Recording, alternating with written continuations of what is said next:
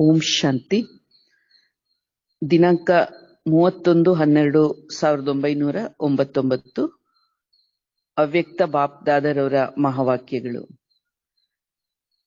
ಬಾಬರವರು ಇಂದಿನ ಮುರುಳಿಯಲ್ಲಿ ವಿಶೇಷವಾಗಿ ತಿಳಿಸ್ತಾ ಇದ್ದಾರೆ, ನಮ್ಮ ಚಲನೆ ಮತ್ತು ಚಹರೆಯಿಂದ, ಅರ್ಥಾತ್ ನಮ್ಮ ನಡೆ ನುಡಿ, ನಮ್ಮ ವರ್ತನೆ, ಇದಕ್ಕೆ ಚಲನೆ ಅಂತ ಹೇಳಲಾಗುತ್ತೆ. ಮತ್ತು ನಮ್ಮ ವರ್ತನೆಗಳಿಂದ ಹಾಗೂ ನಮ್ಮ ಮುಖಮಂಡಲದಿಂದ ಸೂಕ್ಷ್ಮ ದೇವತಾ ಸ್ವರೂಪವನ್ನು ಪ್ರತ್ಯಕ್ಷಗೊಳಿಸಿ, ಫರಿಷ್ಠಾ ಸ್ವರೂಪವನ್ನು ಪ್ರತ್ಯಕ್ಷಗೊಳಿಸಿ. ಫರಿಷ್ಠೆ ಅಂತ ನಾವು ಅನೇಕ ಸಲ ಬಾಬರವರು ಮುರುಳಿಯಲ್ಲಿ ಹೇಳಿರೋದನ್ನ ಕೇಳಿದ್ದೇವೆ. ಫರಿಷ್ಠೆ ಅದನ್ನ ಇಂಗ್ಲಿಷಿನಲ್ಲಿ ಏಂಜಲ್ಸ್ ಅಂತ ಹೇಳ್ತಾರೆ, ಅಥವಾ ನಮ್ಮನ್ನ ಮಾರ್ಗದರ್ಶನ ಮಾಡತಕ್ಕಂತಹ ದೇವತೆಗಳು ಅಂತ ಹೇಳ್ತಾರೆ. ಹಾಗೂ ಕನ್ನಡದಲ್ಲಿ ಅದನ್ನ ಅನುವಾದ ಮಾಡಿದ್ರೆ ಫರಿಷ್ಠೆ ಎಂದರೆ ದೇವದೂತರು. ನಾವು ಬಾಬರವರ ಮುರುಳಿಯ ಪ್ರಕಾರ ದೇವದೂತರು ಅಥವಾ ಸೂಕ್ಷ್ಮ ದೇವತೆಗಳು ಅಂತ ನಾವು ಹೇಳ್ತೇವೆ.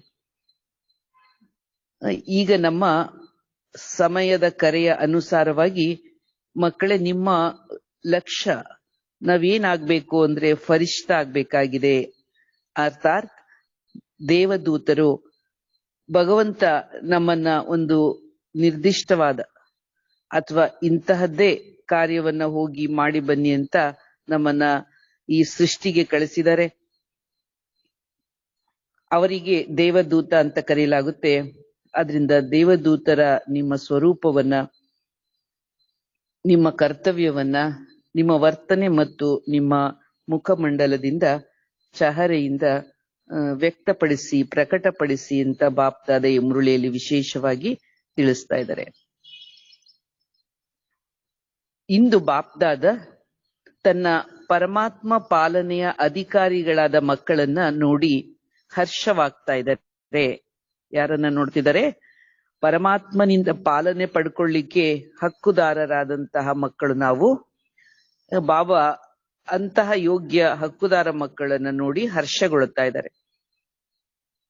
ಪರಮಾತ್ಮನ ಪಾಲನೆ ಪೋಷಣೆಯಲ್ಲಿ ಬೆಳೀತಾ ಇರ್ತಕ್ಕಂತಹ ನೀವು ಮಕ್ಕಳು ಎಷ್ಟೊಂದು ಭಾಗ್ಯವಂತರಾಗಿದ್ದೀರಾ. ಬಾಬಾ ತಿಳಿಸ್ತಾ ಇದ್ದಾರೆ, ನಿಮಗೆ ಪರಮಾತ್ಮನ ಪಾಲನೆ ಸಿಗ್ತಾ ಇದೆ. ಅದೇನು ಅಂದ್ರೆ ಪರಮಾತ್ಮನ ಶ್ರೀಮತ, ಅಂದ್ರೆ ಪರಮಾತ್ಮನ ಮೇಲ್ವಿಚಾರಣೆಯಲ್ಲಿ, ಪರಮಾತ್ಮನ ಒಂದು ಆರೈಕೆಯಲ್ಲಿ, ಪರಮಾತ್ಮನ ಒಂದು ನಿಗಾದಲ್ಲಿ, ಅವರ ಗಮನದಲ್ಲಿ, ಅವರ ಉಪಸ್ಥಿತಿಯಲ್ಲಿ, ಪರಮಾತ್ಮನ ಒಂದು ಸಹಯೋಗದಿಂದ ನಾವೆಲ್ಲ ನಮ್ಮ ಪಾಲನೆಯನ್ನ ಜೀವನದ ಪಾಲನೆ ನಡೀತಾ ಇದೆ. ಅದು ಯಾವುದರ ಮೂಲಕ ಬಾಬಾ ಪಾಲನೆ ಮಾಡ್ತಾ ಇದ್ದಾರೆ ಅಂದ್ರೆ ಪರಮಾತ್ಮನ ಶ್ರೀಮತ. ಆ ಶ್ರೀಮತದಂತೆ ನೀವು ನಡ್ಕೊಳ್ತಾ ಇದ್ದೀರಿ ಮತ್ತು ನೀವು ಬೆಳೀತಾ ಇದ್ದೀರಾ. ಈ ರೀತಿಯಾಗಿ ತಮ್ಮನ್ನ ತಾವೊಂದು ವಿಶೇಷವಾದ ಆತ್ಮ ಅಂತ ಅನುಭವ ಮಾಡ್ತಾ ಇದ್ದೀರಾ. ಇಲ್ಲಿ ಬಾಬಾ ಈ ಮುರುಳಿಯಲ್ಲಿ ಮುಖ್ಯವಾಗಿ ಅನುಭವ ಅನ್ನೋದ್ರ ಬಗ್ಗೆ ತಿಳಿಸ್ತಾ ಇದ್ದಾರೆ. ಅಂದ್ರೆ ನಾವು ಜ್ಞಾನಕ್ಕೆ ಬಂದಿದ್ದೇವೆ, ಹೌದು. ಆದರೆ ಪರಮಾತ್ಮನ ಶ್ರೀಮತದ ಪಾಲನೆಯಲ್ಲಿ ನಾನು ಬೆಳೀತಾ ಇದ್ದೀನಿ, ನನ್ನ ಪಾಲನೆ ಪೋಷಣೆ ನಡೀತಾ ಇದೆ ಅಂತಕ್ಕಂಥ ಅನುಭವ ಮಾಡ್ತಾ ಇದ್ದೀರಾ. ಇಂತಹ ನಿಮ್ಮ ಮಹಾನತೆ ನಿಮಗೆ ಅರಿವಾಗ್ತಾ ಇದೆಯಾ? ಅಂದ್ರೆ ನನ್ನ ಮಹಾನತೆ ಏನು? ಪರಮಾತ್ಮ ನನ್ನನ್ನ ಪಾಲನೆ ಪೋಷಣೆ ಮಾಡಿ ನನ್ನನ್ನ ಸಾಕ್ತಾ ಇದ್ದಾರೆ, ನನ್ನನ್ನ ಕಾಪಾಡ್ತಾ ಇದ್ದಾರೆ, ನನ್ನನ್ನ ಜೋಪಾನ ಮಾಡ್ತಾ ಇದ್ದಾರೆ. ಪರಮಾತ್ಮನ ಕೈಗಳಲ್ಲಿ ನಾನು ಸುರಕ್ಷಿತವಾಗಿ ಬೆಳೀತಾ ಇದ್ದೀನಿ. ಇದು ನನ್ನ ಮಹಾನತೆಯಾಗಿದೆ. ಇದನ್ನ ನೀವು ಅರ್ಥ ಮಾಡ್ಕೊಂಡಿದ್ದೀರಾ?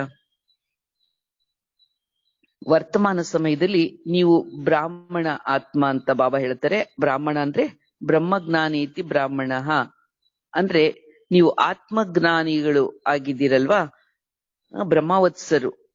ನೀವು ಮಹಾನರಾಗಿದ್ದೀರ ಮತ್ತು ಭವಿಷ್ಯದಲ್ಲೂ ಸಹ ನೀವು ಸರ್ವಶ್ರೇಷ್ಠ ಮಹಾನಾತ್ಮರೇ. ಅಂದ್ರೆ ವರ್ತಮಾನದಲ್ಲೂ ನೀವು ಆತ್ಮಜ್ಞಾನ, ಆತ್ಮವಿದ್ಯೆ ಅಂತಕ್ಕಂತಹುದು ಎಲ್ಲಕ್ಕಿಂತ ಮಿಗಿಲಾಗಿರುವಂತಹುದು. ಅಂತಹ ಆತ್ಮವಿದ್ಯೆ ಕಲಿತು ನೀವು ಆತ್ಮಸ್ಥಿತಿಯಲ್ಲಿರ್ತಕ್ಕಂತಹ ಬ್ರಹ್ಮಾವತ್ಸರು, ಮಹಾನ್ ಆಗಿದ್ದೀರಾ.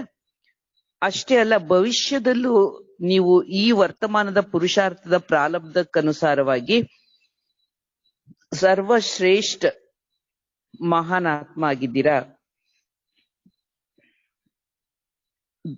ಅದೇ ರೀತಿಯಲ್ಲಿ ಬಾಬಾ ಮುಂದುವರೆದು ತಿಳಿಸ್ತಾರೆ, ದ್ವಾಪರ ಯುಗದಲ್ಲೂ ಸಹ ನಿಮ್ಮ ಜಡ ಚಿತ್ರವು ಎಷ್ಟೊಂದು ಮಹಾನ್ ಆಗಿರುತ್ತೆ ಅಂದ್ರೆ, ಯಾರೇ ಆಗ್ಲಿ ಭಕ್ತಿ ಮಾರ್ಗದಲ್ಲಿ ಮಂದಿರಗಳಲ್ಲಿ ಮೂರ್ತಿಗಳ ಎದುರುಗಡೆ ಹೋದ್ರೆ ತಲೆಬಾಗಿ ನಮಸ್ಕಾರ ಮಾಡ್ತಾರೆ, ಸಾಷ್ಟಾಂಗ ನಮಸ್ಕಾರ ಮಾಡ್ತಾರೆ, ಅಡ್ಡಬಿದ್ದು ನಮಸ್ಕಾರ ಮಾಡ್ತಾರೆ.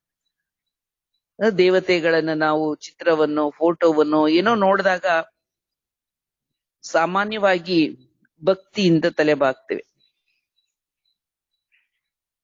ಇಷ್ಟೆಲ್ಲ ನಿಮ್ಮ ಮಹಾನತೆ ಇದೆ. ಇವತ್ತಿನವರೆಗೂ ಸಹ ಆತ್ಮರಾಗಿರ್ತಕ್ಕಂತಹ ತಮ್ಮ ಬಗ್ಗೆ ದೇವತಾ ರೂಪದಲ್ಲಿ ಪೂಜಿಸ್ತಾರೆ. ಲಕ್ಷ್ಮೀನಾರಾಯಣ, ಶ್ರೀರಾಮ, ಸೀತೆ ಇತ್ಯಾದಿ ದೇವತೆಗಳ ಒಂದು ಮೂರ್ತಿಗಳನ್ನ ಮಾಡಿ ಪೂಜಿಸ್ತಾರೆ, ಗೌರವಿಸ್ತಾರೆ, ನಮಸ್ಕರಿಸ್ತಾರೆ. ಅಂದ್ರೆ ನೀವೇ ಆತ್ಮಗಳು ದೇವತೆಯ ಪಾತ್ರವನ್ನ ಮಾಡಿದ್ರಿ. ಅಂತಹ ಒಂದು ಶ್ರೇಷ್ಠತೆ ಈಗ ನಿಮಗೆ ಅರಿವಾಗ್ತಾ ಇದೆ. ಈಗ ನಾವು ಸಾಮಾನ್ಯ ಮಾನವರಾಗಿದ್ದೇವೆ, ಆದ್ರೆ ನೀವು ದೇವತಾ ರೂಪದಲ್ಲಿ ಸತ್ಯಯುಗದಲ್ಲಿ ಖಂಡಿತ ನೀವೇ ಪಾತ್ರವನ್ನ ಮಾಡಿರ್ತೀರಾ. ಅಂತಹ ದೇವತಾ ಪಾತ್ರದ ಎದುರುಗಡೆ ಸಾಮಾನ್ಯ ಆತ್ಮರು, ಜನಸಾಮಾನ್ಯರು ನಮಸ್ಕರಿಸ್ತಾರೆ. ಅಂದಾಗ ನಿಮ್ಮ ರೂಪ ಮಹಾನ್ ಆಗಿದೆ. ಈ ರೀತಿಯಾದಂತಹ ಮಹಾನತೆಯನ್ನ ಅನುಭವ ಮಾಡ್ತಾ ಇದ್ದೀರಾ.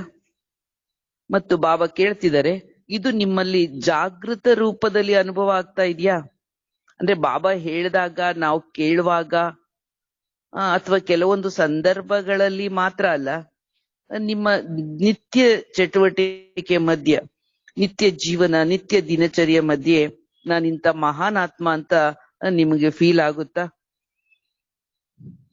ಏಕೆ ಅಂತಂದ್ರೆ ನೀವು ಮಹಾನ್ ಆತ್ಮ ಸತ್ಯಯುಗದಲ್ಲೂ ಇದ್ರಿ, ದ್ವಾಪರ ಕಲಿಯುಗದಲ್ಲೂ ನೀವು ಪೂಜೆಗೊಳ್ತೀರಿ, ಹೌದು.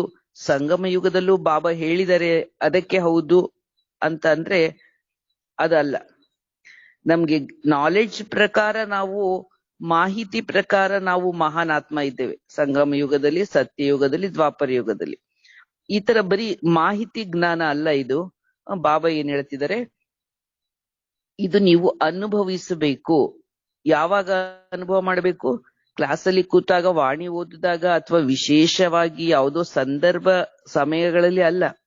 ನಿತ್ಯ ಜೀವನದಲ್ಲಿ ನೀವು ಸಾಮಾನ್ಯವಾದ ನಿತ್ಯ ಕರ್ಮಗಳ ಮಧ್ಯೆಯೂ ಇಂತಹ ಮಹಾನತೆಯನ್ನ ನೀವು ಅನುಭವ ಮಾಡಬೇಕು. ಏಕೆಂದ್ರೆ ಮೂಲವಾದ ಆಧಾರವೇ ಅನುಭವಿಗಳಾಗೋದು. ಬಾಪ್ತಾದ ಇವತ್ತಿನ ದಿನ ಮಕ್ಕಳನ್ನ ಅನುಭವಿ ಮೂರ್ತಿಗಳನ್ನಾಗಿ ಮಾಡ್ತಾ ಇದ್ದಾರೆ. ಕೇವಲ ನೀವು ಹೇಳುವವರು, ಕೇಳುವವರು ಅಥವಾ ಮಾಹಿತಿಯನ್ನ ಸಂಗ್ರಹಿಸುವವರು ಆಗೋದಲ್ಲ, ಅನುಭವ ಇರ್ಲಿ ಅಂತ ಬಾಬಾ ಹೇಳ್ತಾರೆ. ಈಗ ನಿಮ್ಗೆ ಅನುಭವ ಎಷ್ಟರ ಮಟ್ಟಿಗೆ ಇದೆ ಅಂತಕ್ಕಂತಹದ್ದು ನಿಮ್ಮ ಚಹರೆ ಮತ್ತು ಚಲನೆಯಿಂದ ಬಾಬಾ ಅವರಿಗೆ ಗೊತ್ತಾಗ್ಬಿಡುತ್ತೆ, ಎಲ್ರಿಗೂ ಗೊತ್ತಾಗುತ್ತೆ. ವರ್ತನೆಯಿಂದಲೇ ಎಲ್ಲನೂ ಗೊತ್ತಾಗುತ್ತೆ. ಚಾಲ್ ಸೆ ಉಸ್ಕೆ ಹಾಲ್ ಕಾ ಪತಾ ಪಡ್ ಜಾತಾ ಹೈ. ಅವರ ವರ್ತನೆಯಿಂದ ಅವರ ಮನಸ್ಥಿತಿಗಳು ಅರಿವಾಗುತ್ತೆ. ವರ್ತನೆ ಅಂದ್ರೆ ಅವರ ಮಾತುಗಳು, ಅವರ ಕೆಲಸಗಳು, ಅವರ ಆಕ್ಟಿವಿಟೀಸ್ ಇಂದ ಅವರ ಒಂದು ಸ್ಥಿತಿಗತಿಗಳು ಗೋಚರವಾಗುತ್ತೆ. ಬಾಬಾ ಕೇಳ್ತಾ ಇದ್ದಾರೆ, ಹಾಗಾದ್ರೆ ಯೋಚನೆ ಮಾಡಿ ಅಥವಾ ಅವಲೋಕನ ಮಾಡ್ಕೊಳ್ಳಿ, ನನ್ನ ಚಾಲ್ ಅಂದ್ರೆ ನನ್ನ ವರ್ತನೆ, ನನ್ನ ನಡೆನುಡಿಗಳು ಹೇಗಿದೆ. ನಮ್ಮ ವರ್ತನೆಯ ಆಧಾರದ ಮೇಲೆ ನಮ್ಮ ಮನಸ್ಥಿತಿ ಹೇಗಿದೆ ಅನ್ನೋದನ್ನ ನಾವೇ ಕಂಡಿಡ್ಕೋಬಹುದು. ವಾಸ್ತವದಲ್ಲಿ ನೀವೆಲ್ಲ ಬ್ರಾಹ್ಮಣ ಆತ್ಮ ಅಂದ್ರೆ ಬ್ರಹ್ಮಜ್ಞಾನಿ ಆತ್ಮಗಳು. ಆ ಬ್ರಾಹ್ಮಣ ಆತ್ಮದ ಪರಿಭಾಷೆಯನ್ನ ಬಾಬಾ ಹೇಳುತ್ತೆ. ನಾವೆಲ್ಲ ಬ್ರಹ್ಮಕುಮಾರ, ಬ್ರಹ್ಮಕುಮಾರಿಯರು ಅಂತ ಹೇಳ್ತೀವಿ ತಾನೆ. ಇಲ್ಲಿ ಬ್ರಾಹ್ಮಣ ಅಂದ್ರೆ ಜಾತಿ ಜನಿವಾರ ಜುಟ್ಟಿನ ಆಧಾರ ಅಲ್ಲ, ನೀವು ಜ್ಞಾನದ ಆಧಾರದಿಂದ ಆತ್ಮಜ್ಞಾನಿಗಳಿಗೆ ಬ್ರಾಹ್ಮಣ, ಬ್ರಹ್ಮಕುಮಾರ, ಬ್ರಹ್ಮಕುಮಾರಿ ಅಂತ ಹೇಳ್ತಾರೆ ಬಾಬಾ. ಆದ್ರಿಂದ ನೀವು ಬ್ರಹ್ಮಕುಮಾರ, ಬ್ರಹ್ಮಕುಮಾರಿಯರು ಅಂದ್ರೆ ಅದರ ಪರಿಭಾಷೆ ಏನು? ಶಕ್ತಿಗಳಿಂದ ಸಂಪನ್ನವಾಗಿರುವಂತವ್ರು, ಗುಣಗಳಿಂದ ಸಂಪನ್ನವಾಗಿರ್ತಕ್ಕಂಥವನೇ ಬ್ರಾಹ್ಮಣನಾಗಿದ್ದಾನೆ. ಇಂತಹ ನಿಮ್ಮ ಆತ್ಮಸ್ಥಿತಿ ಬಂದಿದೆಯಾ? ಒಂದನೇದು ನಮ್ಮ ಮನಸ್ಥಿತಿ ನಮ್ಮ ವರ್ತನೆಯಿಂದ ವ್ಯಕ್ತಗೊಳ್ಳುತ್ತೆ. ಸಂಪನ್ನವಾದ ಗುಣಗಳಲ್ಲಿ ಶಕ್ತಿಗಳಲ್ಲಿ ನಾವು ಪರಿಪೂರ್ಣರಾಗಿರಬೇಕು. ಇದು ಒಂದನೆಯ ಒಂದು ನಮ್ಮ ಲಕ್ಷಣವಾಗಿರ್ಬೇಕು. ಅನಂತರ ಎರಡನೇದಾಗಿ ಬಾಬಾ ಕೇಳ್ತಾರೆ, ನಿಮ್ಮ ಚಹರೆ ಅಂತಕ್ಕಂತಹದ್ದೇನಿದೆ, ಮುಖ ಎಲ್ಲರಿಗೂ ಕಾಣುತ್ತೆ ತಾನೆ. ಒಳಗಡೆ ಮನಸ್ಸಿನಲ್ಲಿ ಏನಿದೆ ಅದು ಕಾಣದೇ ಇರಬಹುದು, ಆದ್ರೆ ಮುಖ ಮಾತ್ರ ಮನಸ್ಸಿನಲ್ಲಿ ಏನಿದೆ ಅನ್ನೋದು ಮುಖ ಹೇಳ್ತಾ ಇರುತ್ತೆ.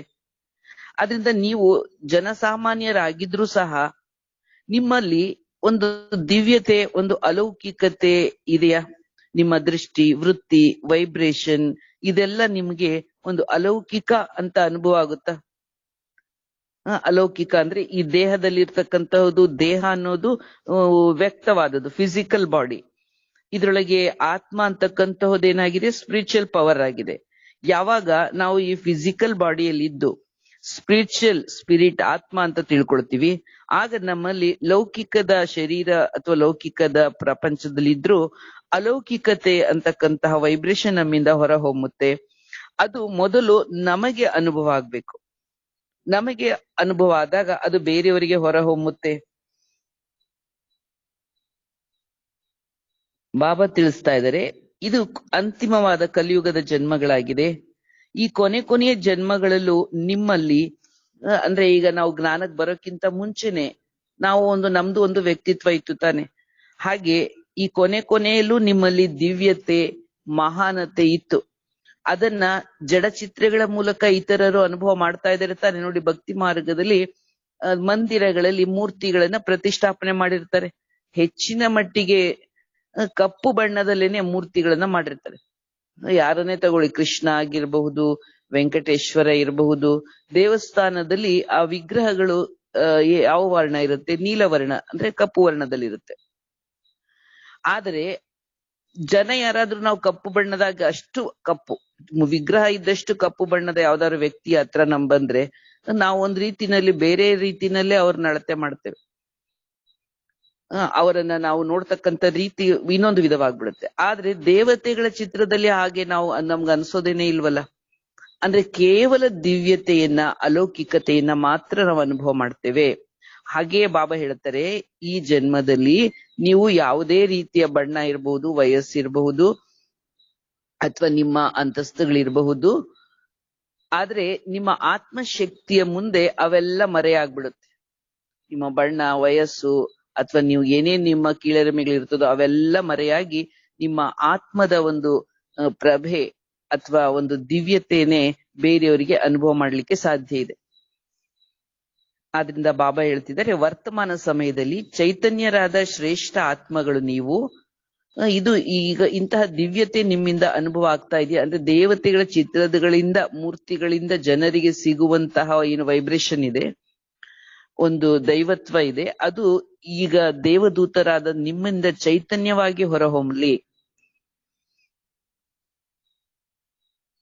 ಬಾಬಾ ಈ ಬಗ್ಗೆ ಒಂದು ಹೋಮ್ವರ್ಕ್ ಕೊಡ್ತಾರೆ. ನಿಮ್ಮಲ್ಲೇ ನೀವು ಇದನ್ನ ಅನಲೈಸ್ ಮಾಡ್ಕೊಳ್ಳಿ. ಅಮೃತ ವೇಳೆಯಿಂದ ಆರಂಭಿಸಿ ನಿಮ್ಮ ಪ್ರತಿ ಚಲನೆ ಅಥವಾ ನಿಮ್ಮ ಪ್ರತಿ ನಡೆ ನುಡಿಯನ್ನ ನಿಮಗೆ ನೀವೇ ಪರಿಶೀಲನೆ ಮಾಡ್ಕೊಳ್ತಾ ಇರಿ. ಅಂದ್ರೆ ನಿಮಗೆ ನೀವೇ ಏನ್ ಮಾಡ್ಕೋಬೇಕು? ಗಮನ ಕೊಟ್ಕೋಬೇಕು. ನನ್ನ ದೃಷ್ಟಿ ಅಲೌಕಿಕವಾಗಿದೆಯಾ?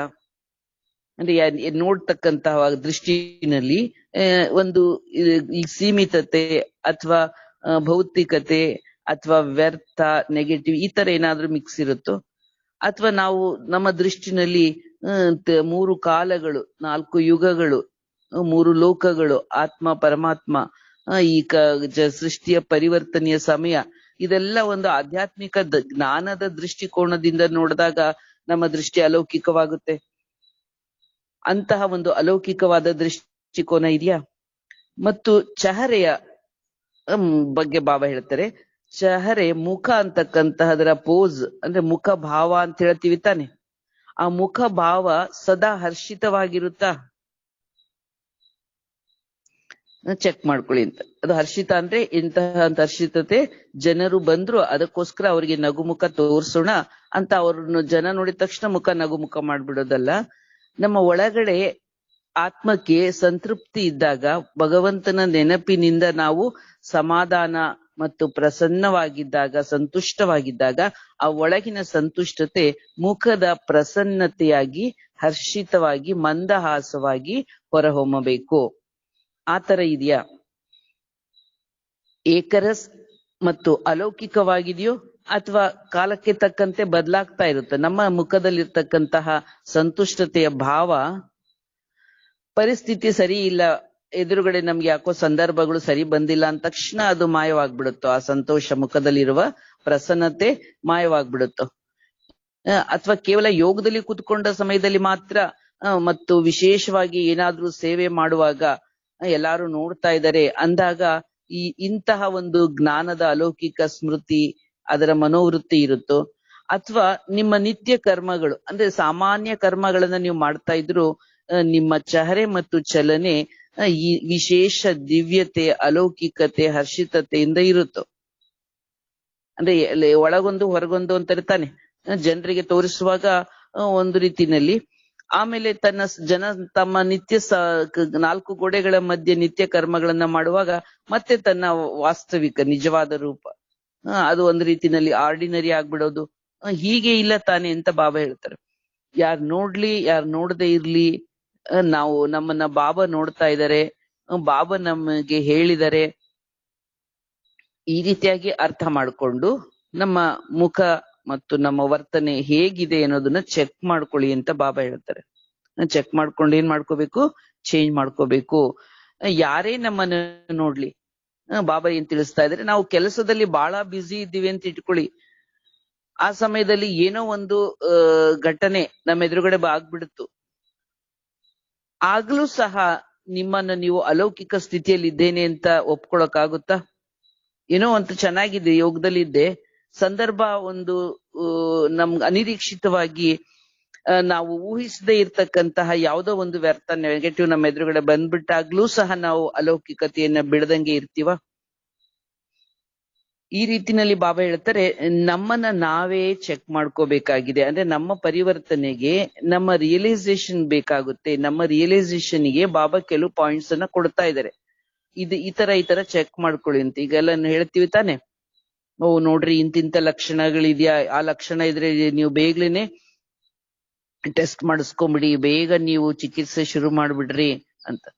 ಇಂಥ ಲಕ್ಷಣಗಳಿದೆ ಅಂದಾಗ ಅವಾಗ ನಾವು ಇದೇ ಕನ್ಫರ್ಮ್ ಅಂತ ನಾವು ಮಾಡ್ತೀವಿ ತಾನೆ. ಆ ರೀತಿನಲ್ಲಿ ಬಾಬಾ ಹೇಳ್ತಾರೆ, ನಮ್ಮ ಲಕ್ಷಣಗಳಿಂದ ನಾವು ಯಾರು ಅನ್ನೋದನ್ನ ನಾವು ಕನ್ಫರ್ಮ್ ಮಾಡ್ಕೋಬೇಕು. ಈಗ ನಾವು ಫರಿಷ್ಠನ, ಸೂಕ್ಷ್ಮ ದೇವತೆನೋ ಅಥವಾ ಜನಸಾಮಾನ್ಯನೋ? ಅಂದ್ರೆ ನನಗೆ ಜ್ಞಾನ ಬಾಬಾ ತಿಳಿಸಿದರೆ ಅದನ್ನ ಸರಿಯಾದ ರೀತಿನಲ್ಲಿ ನಾನು ಆಚರಣೆಯಲ್ಲಿ ತಂದ್ರೆ ನಾನು ದೇವದೂತ ಅಥವಾ ನಾನು ಫರಿಷ್ಠ ಅಂತ ನಾವು ಅಳತೆ ಮಾಡ್ಲಿಕ್ಕೆ ನಮಗೊಂದು ಏನಿದೆ, ಇದೊಂದು ಅಳತೆ ಮಾಡ್ಲಿಕ್ಕೆ ಇದೊಂದು ಮಾಪನ. ಇದೇ ಮಿಷಿನ್ ಇಂದನೇ, ಇದೇ ಯಂತ್ರದಿಂದಲೇ ನಮ್ಮನ್ನ ನಾವು ಫರಿಷ್ಠ ಹೌದೋ ಅಲ್ವೋ ಅಂತಕ್ಕಂಥದನ್ನ ಈ ಮೀಟರ್ ಇಂದಲೇ ನಾವು ಚೆಕ್ ಮಾಡ್ಬೇಕು. ಯಾವುದು? ಚಲನೆ ಮತ್ತು ಚಹರೆಯಿಂದ. ಮತ್ತು ಆ ಚಲನೆ ಚಹರೆ ಎಲ್ಲರೆದುರುಗಡೆ ಇರುವಾಗಿನದಲ್ಲ, ನಮ್ಮ ನಿತ್ಯ ಜೀವನದಲ್ಲಿ ನಾವೇ ಇದ್ದಾಗ್ಲೂ ಹೇಗಿತ್ತು ಅನ್ನೋದನ್ನ ಚೆಕ್ ಮಾಡ್ಕೊಳ್ಳಿ. ಅದರಿಂದ ನಾವು ಮಾರ್ಕ್ಸ್ ಅನ್ನ ಹಾಕೋಬಹುದು. ಬಾಬಾ ತಿಳಿಸ್ತಾರೆ, ಚೆಕ್ ಮಾಡ್ಕೊಳ್ಳಿ. ನಿಮ್ಮ ಮಾತು ಕತೆಗಳು ಮತ್ತು ಚಲನೆ ಚಹರೆ ಸಾಮಾನ್ಯ ಕರ್ಮಗಳನ್ನ ಮಾಡ್ತಾ ಇರುವಾಗ್ಲೂ ಸಹ ಒಂದು ನಿರ್ಲಿಪ್ತತೆ ಮತ್ತು ಆಪ್ತತೆ ಅನುಭವ ಆಗುತ್ತಾ? ಅಂದ್ರೆ ಕೆಲಸ ಕಾರ್ಯ ಮಾಡ್ತಾ ಇದ್ದೀವಿ, ಆದ್ರೆ ಅದೇನೋ ಒಂದು ಅದರಲ್ಲಿ ದಿವ್ಯತೆ, ಈಶ್ವರನ ಕೊಡುಗೆ, ಭಗವಂತನೇ ಮಾಡಿಸ್ತಾ ಇದ್ದಾನೆ, ನನ್ನದೇನು ಇಲ್ಲ ಇಲ್ಲಿ, ಅವನ ಸಹಾಯ, ಅವನ ಶಕ್ತಿಗಳು ಇಲ್ಲಿ ಕೆಲಸ ಮಾಡಿಸ್ತಾ ಇದೆ. ಕೈಗಳು ನಂದಾಗಿರ್ಬಹುದು, ಬಾಯಿ ನಂದಾಗಿರ್ಬಹುದು, ಸಂಪತ್ತು ನಂದಾಗಿರ್ಬಹುದು, ಆದ್ರೆ ಅದನ್ನ ಕೊಡೋನು, ಅದ್ರಲ್ಲಿ ಶಕ್ತಿ ತುಂಬವನು, ಅದನ್ನ ಮಾಡಿಸೋನು ಇದೆಲ್ಲ ಬಾಬಾ ಅಂತ ನಮ್ಗೆ ಯಾವಾಗ ಅನ್ಸುತ್ತೋ ಆಗ ಅದರಲ್ಲಿ ಒಂದು ದಿವ್ಯತೆ ಅನುಭವ ಆಗುತ್ತೆ, ನ್ಯಾರ ಪ್ಯಾರ ಇರ್ತೇವೆ. ಇಂತಹ ನಮ್ಮ ಮನಸ್ಥಿತಿನಲ್ಲಿ ಕಾರ್ಯ ಮಾಡ್ತಾ ಇರುವಾಗ ಈ ಆಕಸ್ಮಿಕವಾಗಿ ಯಾರಾದ್ರೂ ನಮ್ಮ ಬಳಿ ಬರ್ತಾರೆ ಅಂತ ಇಟ್ಕೊಳ್ರಿ. ಏನೋ ಒಂದು ಮನೆ ಕೆಲಸ ಮಾಡ್ತಾ ಇದ್ದೀರಿ, ಆ ಸಮಯದಲ್ಲಿ ನಿಮ್ಮಿಂದ ಅವರಿಗೆ ದಿವ್ಯವಾದಂತ ವೈಬ್ರೇಷನ್ನೇ ಹೋಗುತ್ತೆ. ಅವ್ರು ನಿಮ್ಮ ಮಾತುಕತೆ, ನಿಮ್ಮ ನಡೆ ನುಡಿಯಿಂದ ಅರ್ಥ ಮಾಡ್ಕೊಳ್ತಾರೆ, ಇವ್ರು ಏನು ನೋಡ್ಲಿಕ್ಕೆ ಆರ್ಡಿನರಿ ಕೆಲಸ ಮಾಡ್ತಿದ್ದಾರೆ, ಆದ್ರೆ ಇವ್ರು ಸಾಮಾನ್ಯರಲ್ಲ, ಇವ್ರಲ್ಲಿ ಏನೋ ಒಂದು ಆತ್ಮಶಕ್ತಿ ಇದೆ. ಕೆಲಸ ನೋಡಿದ್ರೆ ಆರ್ಡಿನರಿ ಮನೆ ಕೆಲಸ ಅಥವಾ ಆರ್ಡಿನರಿ ಕೆಲಸ, ಆದ್ರೆ ಅವರ ಸ್ಥಿತಿ ನೋಡಿದ್ರೆ ಅತಿ ಉನ್ನತವಾದ ಮಟ್ಟದ ಸ್ಥಿತಿ, ಅಂದ್ರೆ ಆತ್ಮಸ್ಥಿತಿಯಲ್ಲಿ ಇರ್ತಾರೆ. ಮತ್ತೆ ಬಾಡಿ ಕಾನ್ಶಿಯಸ್ ಅವರಲ್ಲಿ ಇರೋದಿಲ್ಲ. ಹಾಗೆ ಅವರಿಗೆ ಅನ್ನಿಸ್ಬಿಡುತ್ತೆ, ಇಂಥ ಫರಿಷ್ಠ, ಇಂಥ ದೇವದೂತ ಆಗಿದ್ದೀರಾ ಅಂತ ಬಾಬಾ ಪ್ರಶ್ನಿಸ್ತಾ ಇದ್ದಾರೆ. ಬಾಪ್ದಾದರವರಿಗೆ ಗೊತ್ತಿದೆ, ನೀವೆಲ್ಲ ಬಹಳ ಒಳ್ಳೊಳ್ಳೆಯ ಪುರುಷಾರ್ಥಿ ಮಕ್ಕಳು, ಪುರುಷಾರ್ಥವನ್ನೇನೋ ಮಾಡ್ತಾ ಇದ್ದೀರಾ. ಮತ್ತು ಪುರುಷಾರ್ಥ ಹೇಗೆ ಮಾಡ್ತಿದ್ದೀರಿ ಅಂದ್ರೆ, ಇದು ವಿಮಾನ ವೇಗದಲ್ಲಿ, ಅಂದ್ರೆ ಹಾರುವ ವೇಗದಲ್ಲಿ ಪುರುಷಾರ್ಥ ಮಾಡ್ತಿದ್ದೀರಿ. ಆದ್ರೆ ಬಾಪ್ದಾದ 21ನೆಯ ಇಸ್ವಿಯಲ್ಲಿ, ಅಂದ್ರೆ ಈಗ 21ನೇ ಶತಮಾನ ನಡೀತಾ ಇದೆಯಲ್ಲ, ನಿಮ್ಮಲ್ಲಿ ಒಂದು ನವೀನತೆಯನ್ನ ನಿರೀಕ್ಷಿಸ್ತಾ ಇದ್ದಾರೆ. ಅಂದ್ರೆ ನೀವು ಮಾಡ್ತಾ ಇಲ್ಲ ಅಂತಲ್ಲ, ನೀವು ಮಾಡಿದ್ದೀರಾ, ಆದ್ರೆ ಅದಕ್ಕೆ ಬಾಬಾ ಮತ್ತಷ್ಟು ನವೀನತೆ ತುಂಬ್ತಾ ಇದ್ದಾರೆ. ನೀವೆಲ್ಲರೂ ಬಹಳನೇ ಒಳ್ಳೆಯವರು, ವಿಶೇಷಾತ್ಮರು, ಮಹಾನಾತ್ಮರು ಆಗಿದ್ದೀರಾ. ಆದರೆ ತಂದೆಯ ಪ್ರತ್ಯಕ್ಷತೆಗೆ ಆಧಾರ ಸಾಧಾರಣ ಕಾರ್ಯವನ್ನ ಮಾಡ್ತಾ ಇದ್ರು, ಫರಿಷ್ಠೆಯ ಚಾಲ್ ಮತ್ತು ಹಾಲಿರ್ಲಿ. ತಂದೆಯ ಪ್ರತ್ಯಕ್ಷತೆಗೆ ಆಧಾರ, ಗಮನ ಕೊಟ್ಟು ಕೇಳಿ. ತಂದೆಯ ಪ್ರತ್ಯಕ್ಷತೆಗೆ ಆಧಾರ ಏನಂದ್ರೆ, ಸಾಮಾನ್ಯ ಕೆಲಸ ಮಾಡ್ತಾ ಇದ್ರೂ ಸಹ ಫರಿಷ್ಠ, ಏಂಜಲ್ ಅಥವಾ ರಕ್ಷಣಾ ದೇವತೆ, ಮಾರ್ಗದರ್ಶಿ ದೇವತೆ, ಯಾರಿಗೆ ನಾವು ಸೂಕ್ಷ್ಮ ದೇವತೆ ಅಂತ ಹೇಳ್ತೀವಿ, ಸೂಕ್ಷ್ಮ ದೇವತೆಯಂತ ನಡೆ ನುಡಿ ಇರ್ಲಿ. ಚಾಲ್ ಅವ್ರ ಹಾಲ್, ಚಾಲ್ ಅಂದ್ರೆ ನಡತೆ, ವರ್ತನೆ, ಹಾಲ್ ಅಂದ್ರೆ ಸ್ಥಿತಿ. ಒಳಗಿನ ಸ್ಥಿತಿ ಮತ್ತು ಹೊರಗಿನ ನಡತೆ ಎರಡೂ ಸಹ ಫರಿಷ್ಠ, ಸೂಕ್ಷ್ಮ ದೇವತೆ ಅಂತ ಇರ್ಲಿ. ಇಲ್ಲಿ ಬಹಳ ಮುಖ್ಯವಾಗಿ ಬೇಕಾಗಿರ್ತಕ್ಕಂಥದ್ದು ಬ್ಯಾಲೆನ್ಸ್. ಏಕೆಂದ್ರೆ ಅನೇಕರು ಏನ್ ಮಾಡ್ತಾರೆ, ಒಳಗಿನ ಸ್ಥಿತಿಯ ಕಡೆ ಗಮನ ಕೊಡ್ತಾರೆ, ಹೊರಗಡೆ ಫೇಲ್ ಆಗೋಗ್ಬಿಡುತ್ತದಿಲ್ಲ ಅವ್ರಿಗೆ. ಅಂದ್ರೆ ಒಳಗಡೆ ಆತ್ಮ ಅನ್ಕೊಳ್ತಾರೆ, ಬಾಬಾ ಅವ್ರು ನೆನಪು ಮಾಡ್ತಾರೆ, ಆದ್ರೆ ಹೊರ ಜಗತ್ತಿನ ವ್ಯವಹಾರದಲ್ಲಿ ಅಥವಾ ಕರ್ಮ ಕ್ಷೇತ್ರದಲ್ಲಿ ನಿತ್ಯ ಕರ್ಮಗಳನ್ನ ಅವರು ಕುಶಲವಾಗಿ, ಕ್ಷೇಮವಾಗಿ, ಒಂದು ಶ್ರದ್ಧೆಯಿಂದ ಮಾಡೋದಿಲ್ಲ. ಅದನ್ನ ನೆಗ್ಲೆಕ್ಟ್ ಮಾಡ್ಬಿಡ್ತಾರೆ, ಅಂದ್ರೆ ಉದಾಸಿಗಳಾಗ್ಬಿಡ್ತಾರೆ, ಸನ್ಯಾಸಿಗಳಾಗ್ಬಿಡ್ತಾರೆ. ಆತರ ಅಲ್ಲ, ಒಳಗಿನ ಸ್ಥಿತಿನೂ ಸಹ ನಿರ್ಲಿಪ್ತ ಇರ್ಲಿ. ಅದೇ ರೀತಿನಲ್ಲಿ ಚಾಲ್, ವರ್ತನೆ. ನೀವೆಷ್ಟು ಬಾಬೋರ ನೆನಪಿನಲ್ಲಿ ಇರ್ತೀರಾ. ಈ ಪರಮಾತ್ಮನ ಸೃಷ್ಟಿ ಇದು. ಈ ಜಗತ್ತು ಕರ್ಮಕ್ಷೇತ್ರವಾಗಿದೆ, ಕರ್ಮಫಲದ ನಿಯಮದ ಜಗತ್ತಾಗಿದೆ. ಆದ್ರಿಂದ ಒಳಗಿನ ಸ್ಥಿತಿ ಯೋಗ ಮಾಡ್ತೀನಿ ಅನ್ಬಿಟ್ಟು ಹೊರಗಡೆ ಕರ್ಮವನ್ನ ನಾವು ನಿರ್ಲಕ್ಷಿಸಿದರೆ, ಅಲಕ್ಷಿಸಿದರೆ ಅಥವಾ ಅದನ್ನ ರಿಜೆಕ್ಟ್ ಮಾಡಿದ್ರೆ ಅದು ರಾಂಗ್ ಆಗುತ್ತೆ. ಅದಕ್ಕೋಸ್ಕರ ಒಳಗಡೆಯ ಒಂದು ಯೋಗದ ಶ್ರದ್ಧಾಭಾವ ಎಷ್ಟಿದೆಯೋ ಅಷ್ಟೇ ಬಾಹ್ಯ ಕರ್ಮಗಳ ಒಂದು ಶ್ರೇಷ್ಠತೆ, ಅಥವಾ ನಾವು ಕರ್ಮಗಳ ಬಗ್ಗೆ ನಮಗೆ ಒಂದು ಕೌಶಲ್ಯ, ಅರ್ಥಾತ್ ಯಥಾರ್ಥವಾದ ಕರ್ಮಗಳು, ಅದಕ್ಕೆ ನಾವು ಹೇಳ್ತೇವೆ ಚಾಲ್ ಅಂತ, ಅಂದ್ರೆ ವರ್ತನೆಗಳು ಅಂತ. ಹೀಗೆ ನಮ್ಮ ವರ್ತನೆ ಮತ್ತು ನಮ್ಮ ಮನಸ್ಥಿತಿ ಇವೆರಡೂ ಸಹ ಸೂಕ್ಷ್ಮ ದೇವತೆ, ದೇವದೂತರಂತೆ ಇರ್ಲಿ. ಅಂದ್ರೆ ದೇವದೂತ ಅಂದ್ರೆ ಅವರು ಒಂದು ಮೆಸೆಂಜರ್ ಅಷ್ಟೇ. ಆ ಭಗವಂತ ಈ ತರ ಹೋಗಿ ಮಾಡು ಅಂತ ಅವ್ರಿಗೊಂದು ಮೆಸೇಜ್ ಕೊಟ್ಟು ಕಳಿಸಿರ್ತಾರೆ. ಆ ಮೆಸೇಜ್ ತಗೊಂಡ್ ಬಂದಿದ್ದೀವಿ ನಾವು ಭೂಮಿಗೆ. ಈಗ ನಾವು ಭಗವಂತ ಏನ್ ನಮಗೆ ಮೆಸೇಜ್ ಕೊಟ್ಟಿದ್ದಾರೆ, ಈಗ ಅಂದ್ರೆ ಮುರುಳಿನಲ್ಲಿ ಏನ್ ಶ್ರೀಮತ ಕೊಟ್ಟಿದ್ದಾರೆ ಅದೇ ಮೆಸೇಜ್. ಅದರಂತೆ ನಾವಿಲ್ಲಿ ನಡ್ಕೊಳ್ಳೋದೇ ನಮ್ಮ ಕೆಲಸ. ಅಂದ್ರೆ ಬೇರೆಯವ್ರಿಗೆ ಹೇಳೋದು ನಮ್ ಕೆಲಸ ಅಂತ ಬಾಬಾ ಹೇಳ್ತಿಲ್ಲ. ನೀವು ದೇವದೂತರಾಗಿ ನಡ್ಕೊಳ್ಳಿ, ನಿಮ್ಮ ಚಲನೆ ಮತ್ತು ನಿಮ್ಮ ಚಹರೆ, ನಿಮ್ಮ ಹಾಲ್ ಮತ್ತು ಚಾಲ್ ಫರಿಷ್ಠ ಆಗಿರ್ಲಿ. ಆಗ ಆ ಮುಖಾಂತರ ಇತರರಿಗೆ ತಂದೆಯ ಪ್ರತ್ಯಕ್ಷತೆ, ಭಗವಂತನ ಪ್ರತ್ಯಕ್ಷತೆ ಆಗುತ್ತೆ. ನಿಮ್ಮಿಂದ ನಿಮ್ಮ ನಡೆ ನುಡಿಗಳಿಂದ ನಾನು ಪ್ರತ್ಯಕ್ಷವಾಗ್ತೇನೆ. ಇದು ದೇವದೂತರ ಒಂದು ಸೇವೆಯಾಗಿದೆ. ಬಾಪ್ದಾದರವರು ಈಗ ಇದನ್ನ ನೋಡ್ಲಿಕ್ಕೆ ಇಷ್ಟಪಡೋದಿಲ್ಲ. ಏನಂದ್ರೆ ಮಕ್ಕಳು ಕೆಲವೊಂದ್ಸಲ ಕಾರಣಗಳನ್ನ ಹೇಳ್ತಿರ್ತೀವಿ. ಹೀಗಾಗೋಗಿತ್ತು, ನಾನೇನೋ ಯೋಗ ಮಾಡ್ಬೇಕಂತ ಇದ್ದೆ, ನನ್ನ ವರ್ತನೆ ಎಲ್ಲ ಸರಿಯಾಗೇ ಇಟ್ಕೊಂಡಿದ್ದೆ, ಆದ್ರೆ ಅವ್ರು ಹೀಗೆ ಮಾಡಿದ್ರಲ್ಲ, ಆಗ ನನ್ಗೆ ಏನಾಯ್ತು, ಸ್ಥಿತಿ ಕೆಟ್ಟೋಯ್ತು, ಡಿಸ್ಟರ್ಬ್ ಆಗೋಯ್ತು, ಅಥವಾ ನನ್ನ ಕೆಲಸಗಳ ಒತ್ತಡ ಅತಿಯಾಗಿತ್ತು, ಆಗ ಏನ್ ಮಾಡಕ್ಕಾಗುತ್ತೆ? ಈ ತರ ನಾನು ಮಾಡ ತಪ್ಪಾಗೋಯ್ತು ನನ್ನಿಂದ, ಪರಿಸ್ಥಿತಿಗಳು ಸಂದರ್ಭಗಳು ನನಗೆ ಈ ತರ ಇತ್ತು, ಆ ಪರಿಸ್ಥಿತಿಲಿ ನೀವೇನ್ ಮಾಡ್ತಿದ್ರಿ, ನಿಮ್ಗೂ ಹಂಗೆ ಆಗ್ತಿತ್ತಲ್ವಾ? ಈ ತರ ಏನ್ ಮಾಡ್ತಾರೆ, ಸಮಸ್ಯೆಗಳಿಗೆ ಅಧೀನವಾಗಿರೋದನ್ನೇ ಸಮರ್ಥಿಸ್ಕೊತಾ ಇರ್ತಾರೆ. ಸಮಸ್ಯೆಗಳು ಹೀಗಿತ್ತು, ಅದರಿಂದ ನಾನು ಆರ್ಡಿನರಿ ಆಗಿ ವರ್ತಿಸಿದೆ ಅಂತ ತಮ್ಮ ಆರ್ಡಿನರಿ ಸಾಮಾನ್ಯ ವರ್ತನೆಗಳಿಗೆ ಸಮಸ್ಯೆಗಳನ್ನ ಉದಾಹರಣೆ ಕೊಟ್ಟು ತಾನು ಮಾಡಿದ್ದು ಸರಿ ಅಂತಾನೆ ಸಮರ್ಥಿಸ್ಕೊಳ್ತಾರೆ. ಅಂದ್ರೆ ತಪ್ಪನ್ನೇ ಸರಿ ಅಂತ ಸಮರ್ಥಿಸ್ಕೊಳಕ್ ಹೋಗ್ತಾರೆ. ಫರಿಷ್ಠಾ ಸ್ವರೂಪ ಅಂದ್ರೆ ಸ್ಮೃತಿ ಸ್ವರೂಪರಾಗಿರ್ಬೇಕು ಮತ್ತು ಸಾಕಾರ ರೂಪದಲ್ಲೇ ನಮ್ಗೆ ಸ್ಮೃತಿ ಇರ್ಬೇಕು. ಅಂದ್ರೆ ಈ ಫರಿಷ್ಠಾ ಅಂತಂದ್ರೆ ಸುಮ್ನೆ ನಾವು ಆಕಾಶದಲ್ಲಿ ಹಾರಾಡುವಂತಹ ಬೆಳಕಿನ ದೇವತೆಗಳಲ್ಲ.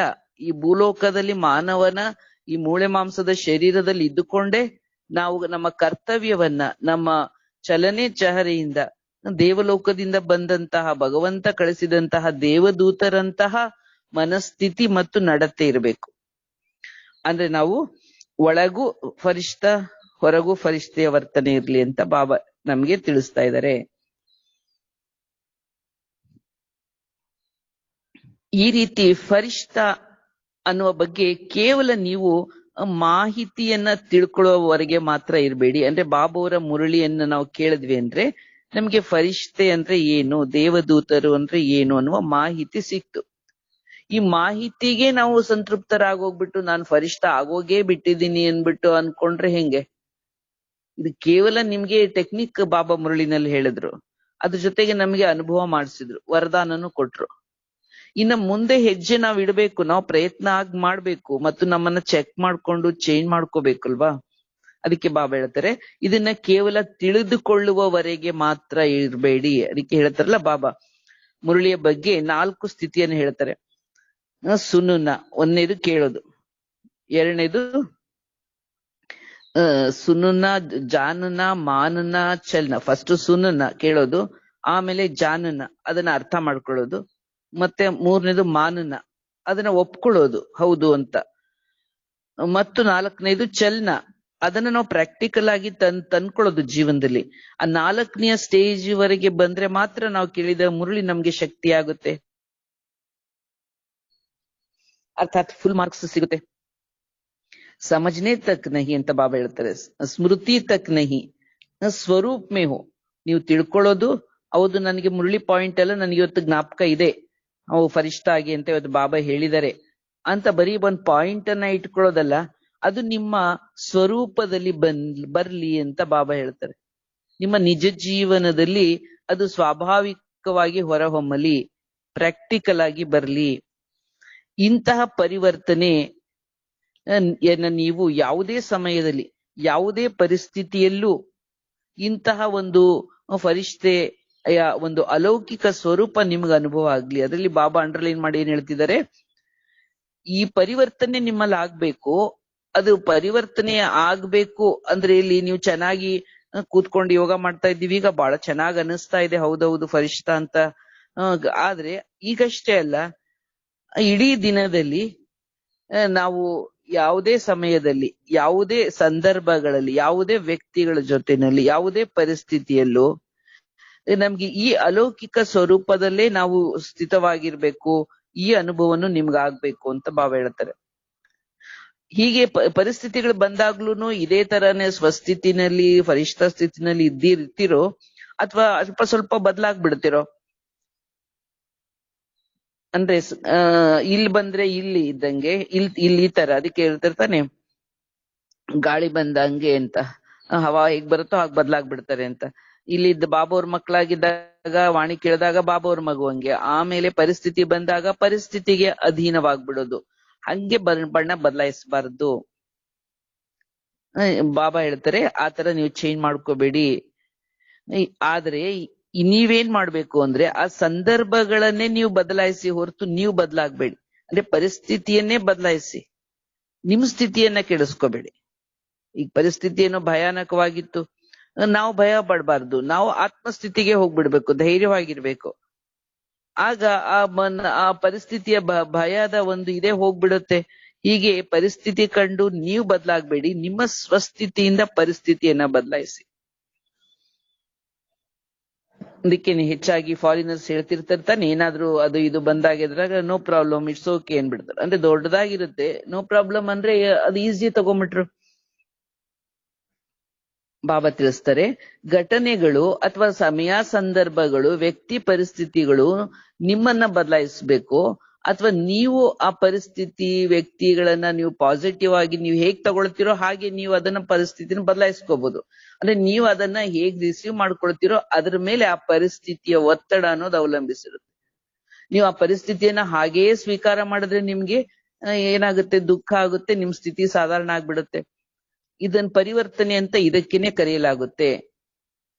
ಪ್ರಾಕ್ಟಿಕಲ್ ಆದಂತಹ ಲೈಫ್ ಅಲ್ಲಿ ಇದೇ ನಿಮ್ಮ ಜೀವನವನ್ನೇ ಒಂದು ಉದಾಹರಣೆಯಾಗಿ ಕೊಡಿ. ಸಮಯ ಹೇಗಿದೆಯೋ, ಸರ್ಕಮ್ಟೆನ್ಸಸ್ ಹೇಗಿದೆಯೋ, ಆ ಸಮಯಕ್ಕೆ ಪರಿಸ್ಥಿತಿಗೆ ಅನುಗುಣವಾಗಿ ಬದಲಾಗೋಗ್ಬಿಟ್ರೆ ಅದು ಜನಸಾಮಾನ್ಯರಿಗೂ ಅದೇ ತರ ಆಗ್ತಾ ಇರುತ್ತೆ ತಾನೆ. ಈಗ ನೋಡಿ, ವಾತಾವರಣದಲ್ಲಿ ಎಲ್ರಿಗೂ ಭಯ ಇದೆ, ಏನೋ ಒಂದ್ ರೀತಿನಲ್ಲಿ ಎಲ್ರು ಅಧೀನರಾಗ್ತಾ ಇದ್ದಾರೆ ಮತ್ತು ಭಯಕ್ಕೆ ಅರ್ಧ ರೋಗಕ್ಕೆ ಸಿಕ್ಕಾಕೊಂಡ್ಬಿಡ್ತಾ ಇದ್ದಾರೆ. ಇದು ಸಾಮಾನ್ಯರು.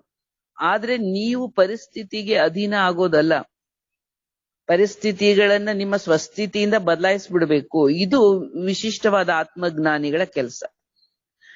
ಆದ್ರೆ ಫರಿಷ್ಠೆ ಅರ್ಥಾತ್ ಹಳೆಯ ಸಾಧಾರಣವಾದ ಹಾಲ್ಚಾಲ್ಗಳಿಂದಲೂ ನಿರ್ಲಿಪ್ತವಾಗಿರ್ತಾರೆ. ಫರಿಷ್ಠ ಅಂದ್ರೆ ಈ ಒಂದು ನಮ್ಮ ದೇಹದ ಅಥವಾ ಈ ಪ್ರಪಂಚದ ಯಾವುದೆಲ್ಲ ಸ್ಥಿತಿಗತಿಗಳಿದೆ ಅವುಗಳಿಂದ ಮೇಲೆದ್ದಿರುವಂತವರಾಗಿರ್ತಾರೆ. ಈಗ ಎರಡು ತರದಲ್ಲೂ ಮೇಲೆದ್ದಿರ್ಬೇಕು. ಈಗ ನಾವು ಬಾಹ್ಯ ವಾತಾವರಣದಿಂದ ನಮ್ಮನ್ನ ರಕ್ಷಿಸ್ಕೊಳ್ಳಕ್ಕೆ ಒಂದು ಬಾಹ್ಯ ನಿಯಮಗಳು ಅಥವಾ ಸ್ಥೂಲವಾಗಿ ಆರೋಗ್ಯ ನಿಯಮಗಳಿರ್ಬೇಕು, ಅದರಲ್ಲೂ ನಾವು ವ್ಯತ್ಯಾಸ ಮಾಡಬಾರ್ದು. ಎರಡನೇದಾಗಿ ಆಂತರಿಕವಾಗಿಯೂ ಸಹ ನಾವು ಜ್ಞಾನ ಯೋಗದಿಂದ ಈ ಹೊರಗಿನ ವಾತಾವರಣದ ಪ್ರಭಾವ ಆತ್ಮದ ಮೇಲೆ ಆಗದಂತೆ ನಾವು ಮಾನಸಿಕವಾಗಿ ಶಕ್ತಿಶಾಲಿಯಾಗಿ ಈ ಪರಿಸ್ಥಿತಿಗಳಿಂದ ನಾವು ಮೇಲೆದ್ದಿರ್ಬೇಕು. ಅಂದ್ರೆ ಮನಸ್ಸಿಗೆ ಯಾವುದೇ ಸ್ಟ್ರೆಸ್, ಟೆನ್ಷನ್ನು, ಡಿಪ್ರೆಷನ್ನು ಮುಂತಾದವುಗಳು ಆಗ್ಲಿಕ್ಕೆ ನಾವು ಅವಕಾಶ ಕೊಡಬಾರ್ದು. ಅವಾಗ್ಲೇನೆ ಇಮ್ಯುನಿಟಿ ಡೌನ್ ಆಗ್ಬಿಡುತ್ತೆ. ಅದಕ್ಕೋಸ್ಕರನೇ ಈ ಮುರಳಿ ಕೇಳಿ, ಕ್ಲಾಸ್ ಕೇಳಿ ಅಂತ ಹೇಳೋದು. ಬಾಬಾ ತಿಳಿಸ್ತಾ ಇದ್ದಾರೆ ನಮಗೆ ಇವತ್ತು ವಿಶೇಷವಾಗಿ ಪಾಯಿಂಟ್ ಅನ್ನ ಹೇಳ್ತಾರೆ. ನಿಮ್ಮ ಟಾಪಿಕ್ ಏನಿದೆ ಅಂದ್ರೆ, ಅನೇಕ ಕಾರ್ಯಕ್ರಮ ಕಾನ್ಫರೆನ್ಸ್ ಗಳನ್ನ ಆ ಸಮಯದಲ್ಲಿ ಫಾರಿನ್ ಅಲ್ಲಿ ಮಾಡ್ತಾ ಇದ್ರು. ಅಲ್ಲಿ ಟಾಪಿಕ್ ಏನಂದ್ರೆ ಕಾಲ್ ಆಫ್ ದಿ ಟೈಮ್ ಅಂತ, ಸಮಯದ ಕರೆ, ಸಮಯ ಕಿ ಪುಕಾರ್. ಬಾಬಾ ಹೇಳ್ತಾರೆ ಈಗಿನ ಸಮಯದ ಕರೆ ಏನ್ ಹೇಳ್ತಾ ಇದೆ. ಈಗ ನೆನ್ನೆನೂ ಸಹ ನೀವೆಲ್ಲ ಅದರ ವಿಷಯದಲ್ಲೆಲ್ಲ ವಿಚಾರ ಮಂಥನ ಮಾಡಿ ಹೇಳಿದ್ರಲ್ಲ, ಸಮಯ ನಮ್ಗೆ ಏನ್ ಹೇಳ್ತಾ ಇದೆ, ಏನ್ ಪಾಠ ಕಲಿಸ್ತಾ ಇದೆ, ಸಮಯದ ಕರೆ ಏನು. ನೀವು ವಿಶೇಷ ಆತ್ಮರಾಗಿದ್ದೀರಲ್ಲ, ಮಹಾನ್ ಆತ್ಮ ಆಗಿದ್ದೀರಿ ನೀವು, ನಿಮ್ಮ ಬಗ್ಗೆ ಸಮಯದ ಕರೆ ಏನು. ಈಗ ಫರಿಷ್ಠೆ ಅರ್ಥಾತ್ ಅಲೌಕಿಕ ಜೀವನದ ಸ್ವರೂಪ ಕಂಡು ಬರ್ಲಿ ಅನ್ನೋದೇ ಸಮಯದ ಕರೆಯಾಗಿದೆ. ಫರಿಷ್ಠ ಅರ್ಥಾತ್ ಅಲೌಕಿಕ ಜೀವನ್ ಸ್ವರೂಪ್ ಮೇ ದಿಖಾ ಇದೆ. ಈಗ ಸಮಯ ಏನ್ ಹೇಳ್ತಾ ಇದೆ, ನೀವು ದೇವದೂತರು, ನಿಮ್ಮ ಅರ್ಥಾತ್ ಅಲೌಕಿಕವಾದ ಜೀವನ ನಿಮ್ದು, ಇದು ಸ್ವರೂಪದಲ್ಲಿ ಕಂಡು ಬರ್ಲಿ. ಇದೇ ಸಮಯದ ಕರೆ. ಸಮಯದ ಕರೆ ಅಂದ್ರೆ ನಾವ್ ಅನ್ಕೊಳ್ತೀವಿ ಬೇರೆಯವರಿಗೆ ಏನೋ ಹೇಳ್ಬೇಕು, ಸಮಯದ ಕರೆ ಹೀಗಿದೆ, ಅಂತಿಮ ಸಮಯ ಇದೆ, ಪರಮಾತ್ಮನ ನೆನಪು ಮಾಡಿ ಅಥವಾ ನೀವು ಜ್ಞಾನ ತಿಳ್ಕೊಳ್ಳಿ, ಹಾಗೆ ಹೀಗೆ ಅಂತ ಬೇರೆಯವರಿಗೆ ನಾವು ಮೆಸೇಜ್ ಕೊಡೋದೇನೆ ನಮ್ಗ ಈ ಒಂದು ಸಮಯದ ಕರೆ ಅಂದ್ರೆ ಅರ್ಥ ಮಾಡ್ಕೊಂಡಿರ್ತೀವಿ. ಆದ್ರೆ ಇಲ್ಲಿ ಬಾಬಾ ತಿಳಿಸ್ತಾ ಇದ್ದಾರೆ, ಇಲ್ಲಿ ನಮಗೆ ಹೇಳ್ತಾ ಇದ್ದಾರೆ ಬಾಬಾ, ಸಮಯದ ಕರೆ ಇದು ಜನರಿಗೆ ಒಂದು ರೀತಿನಲ್ಲಿ ಅನ್ವಯ ಆಗುತ್ತೆ, ಅವ್ರು ಪರಮಾತ್ಮ ತಿಳ್ಕೊಬೇಕು, ಹೌದು. ಆದ್ರೆ ಸಮಯದ ಕರೆ ನಮ್ಮ ಬಗ್ಗೆ ಏನು, ನಮ್ಮ ಪಾಲಿಗೆ ಸಮಯದ ಕರೆ ಏನ್ ಹೇಳ್ತಾ ಇದೆ, ಅಲೌಕಿಕ ಜೀವನ ಅಂತ ನಮ್ದು ಹೇಳ್ತೀವಿ ತಾನೆ, ಅದು ನಮ್ಮ ಚಲನೆ ಚಹರೆಯಲ್ಲಿ ಅಂದ್ರೆ ನಮ್ಮ ಸ್ವರೂಪದಲ್ಲಿ ಕಂಡು ಬರ್ಲಿ. ಸ್ವರೂಪದಲ್ಲಿ ಅಂದ್ರೆ ಅದು ಒಳಗೂ ಇರ್ಲಿ ಹೊರಗೂ ಇರ್ಲಿ, ಅದಕ್ಕೆ ಸ್ವರೂಪ ಅಂತಾರೆ. ಒಳಗೆ ಎಲ್ಲ ನಾನು ಸರಿ ಇದ್ದೀನಿ ಆದ್ರೆ ನೋಡೋರ್ಗ ಹಂಗ್ ಕಾಣುತ್ತೆ ಅಂದ್ರೆ ಅದು ರಾಂಗ್. ಅಥವಾ ನೋಡೋರ್ಗ್ ಮಾತ್ರ ಬಹಳ ಸರಿ ಕಾಣ್ತೀನಿ, ಒಳಗೆ ಹೆಂಗೆಂಗೋ ಇದ್ದೀನಿ ಅಂದ್ರೆ ಅದು ರಾಂಗ್. ಒಳ ಹೊರಗೂ ನಮ್ಮ ಈ ಅಲೌಕಿಕ ಜೀವನವೇ ವ್ಯಕ್ತವಾಗ್ಬೇಕು. ಅದಕ್ಕೆ ಹೇಳ್ತಾರೆ ತಾನೆ ಟ್ರಾನ್ಸ್ಪರೆಂಟ್ ಅಂತ. ಇದು ನಿಮಗೆ ಸಾಧ್ಯ ಇದೆನಾ ಅಂತ ಬಾಬಾ ಕೇಳ್ತಾರೆ. ಅಂದ್ರೆ ಅಲೌಕಿಕತೆ ನಮ್ಮ ನಿತ್ಯ ಕರ್ಮಗಳಲ್ಲಿ ಅದು ವ್ಯಕ್ತವಾಗ್ಬೇಕು, ಅಥವಾ ಫರಿಷ್ಠೆ ದೇವದೂತರಾಗಿ ನಾವು ನಡ್ಕೋಬೇಕು. ಇದು ನಿಮ್ಗೆ ಸಾಧ್ಯವಾಗುತ್ತಾ? ಸಾಧ್ಯವಿದೆಯಾ ಅಂತ ಬಾಬಾ ಕೇಳ್ತಿದ್ದಾರೆ. ಬಾಪ್ ದಾದರವರು ನಮ್ಮಿಂದ ಇದನ್ನೇ ನಿರೀಕ್ಷಿಸ್ತಾ ಇದ್ದಾರೆ. ಏನ್ ನಿರೀಕ್ಷಿಸ್ತಾ ಇದ್ದಾರೆ? ಕುಚ್ ಬಿ ಹೋ ಜಾಯೆ ಲೇಕಿನ್ ಅಲೌಕಿಕತಾ ನಹಿ ಜಾಯೆ. ಏನಾದ್ರೂ ಆಗ್ಲಿ, ಆದ್ರೆ ಅಲೌಕಿಕತೆಯನ್ನ ಬಿಡಬೇಡಿ. ಏನೇ ಆಗ್ಲಿ ಅಂತ ಬರೋಡಿ. ಬಾಬಾ ಪರ್ಮಿಷನ್ ಕೊಟ್ರು, ಅಯ್ಯೋ ಅದಾಗುತ್ತೆ ಇದಾಗುತ್ತೆ ಅಂತ ನಾನು ಹಾಗ್ ಮಾಡದೆ ಹೀಗ್ ಮಾಡದೆ ಅಂತ ಹೇಳ್ತೀವಲ್ಲ, ಹಾಗಲ್ಲ. ಅಂದ್ರೆ ನಮ್ಮ ಒಂದು ದೇಹಾಭಿಮಾನದಲ್ಲಿ ನಾವು ಬರಬಾರ್ದು. ಅಂದ್ರೆ ಇದನ್ನ ನಾವು ಅರ್ಥ ಮಾಡ್ಕೊಳ್ಳೋದು ಸೂಕ್ಷ್ಮವಾಗಿ ಅರ್ಥ ಮಾಡ್ಕೋಬೇಕು. ಹಾಗಂತ ನೀವು ಮನೆ ಕೆಲಸ ಎಲ್ಲ ಬಿಟ್ಬಿಟ್ಟು ಇಡೀ ದಿನ ಯೋಗ ಕೂತ್ಕೊಂಡು ಅಡಿಗೆ ಮಾಡ್ಲಿಲ್ಲ, ಏನಾದ್ರೂ ಆಗ್ಲಿ ನಾನು ಯೋಗ ಮಾಡ್ತೀನಿ ಅಂತ ಕೆಲಸಗಳನ್ನೆಲ್ಲ ನೀವು ಬೇಜವಾಬ್ದಾರಿಯಿಂದ ಬೇಕಾಬಿಟ್ಟಿ ಮಾಡ್ಬಿಟ್ಟು ಇದನ್ನ ಈ ತರ ಅರ್ಥ ಮಾಡ್ಕೋಬೇಡಿ. ಅಂದ್ರೆ ನೀವು ಸ್ಥಿತಿಯನ್ನ, ನೀವು ಅಲೌಕಿಕ ಸ್ಥಿತಿಯನ್ನ ನೀವು ಕರ್ಮನಿರತರಾಗಿದ್ದಾಗ ಯಾವುದೇ ಒತ್ತಡಕ್ಕೂ ಮಣಿದು ನಿಮ್ಮ ಮನಸ್ಥಿತಿ ಶ್ರೇಷ್ಠತೆ, ಕರ್ಮಸ್ಥಿತಿಯ ಶ್ರೇಷ್ಠತೆಯನ್ನ ಬಿಡಬೇಡಿ.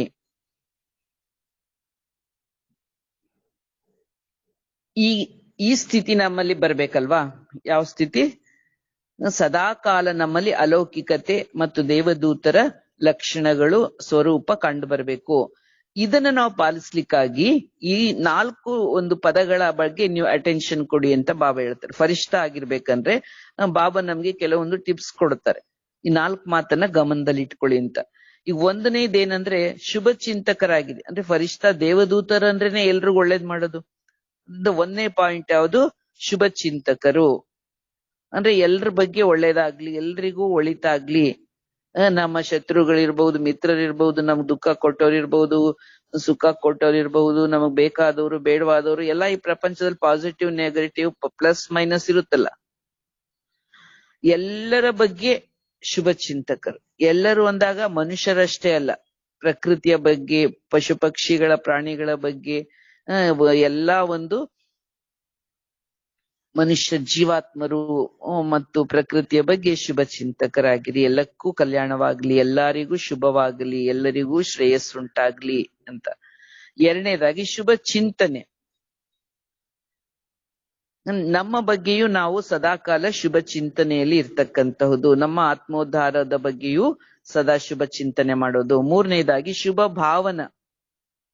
ಅಂದ್ರೆ ಅನ್ಯ ವ್ಯಕ್ತಿಗಳ ಬಗ್ಗೆ, ಅನ್ಯ ಸಂದರ್ಭಗಳ ಬಗ್ಗೆ, ಹೊರಗಿನ ಬಗ್ಗೆ ನಮ್ಗೆ ಭಾವನೆ ಹೇಗಿರ್ಬೇಕು? ಏಕೆಂದ್ರೆ ಮನೋಭಾವನೆ ಅಂತ ಹೇಳ್ತೀವಿ ತಾನೆ, ಆ ಭಾವನೆ ಅನ್ನೋದು ಬಹಳನೇ ಕೆಲಸ ಮಾಡುತ್ತೆ. ಯದ್ಭಾವಂ ತದ್ಭವತಿ ಅಂತ. ನಾವ್ ಯಾವ ರೀತಿ ಭಾವನೆ ಇಟ್ಕೋತೀವೋ ಅದೇ ನಮ್ಗೆ ಸಿಗುತ್ತೆ ಅಂತ. ಅದಕ್ಕೇನೆ ಲಾ ಆಫ್ ಅಟ್ರಾಕ್ಷನ್ ಅಂತಾರೆ ತಾನೆ. ಲಾ ಆಫ್ ಅಟ್ರಾಕ್ಷನ್ ಅಂದ್ರೆ ನಮ್ಮ ಭಾವನೆ ಹೇಗಿರುತ್ತೋ ಅದೇ ರೀತಿ ನಮಗೆ ಸಂದರ್ಭಗಳು ಒದಗಿ ಬರ್ತಾ ಇರುತ್ತೆ. ಅದೇ ರೀತಿಯ ಒಂದು ಪ್ರಾಪ್ತಿಗಳು ನಮಗ್ ಸಿಗ್ತಾ ಹೋಗುತ್ತೆ. ಅದರಿಂದ ಭಾವನೆನೂ ಬಹಳ ದೊಡ್ಡ ಮಹತ್ವವನ್ನು ಇಟ್ಕೊಳ್ತದೆ. ಅದರಿಂದ ಶುಭ ಭಾವನೆ.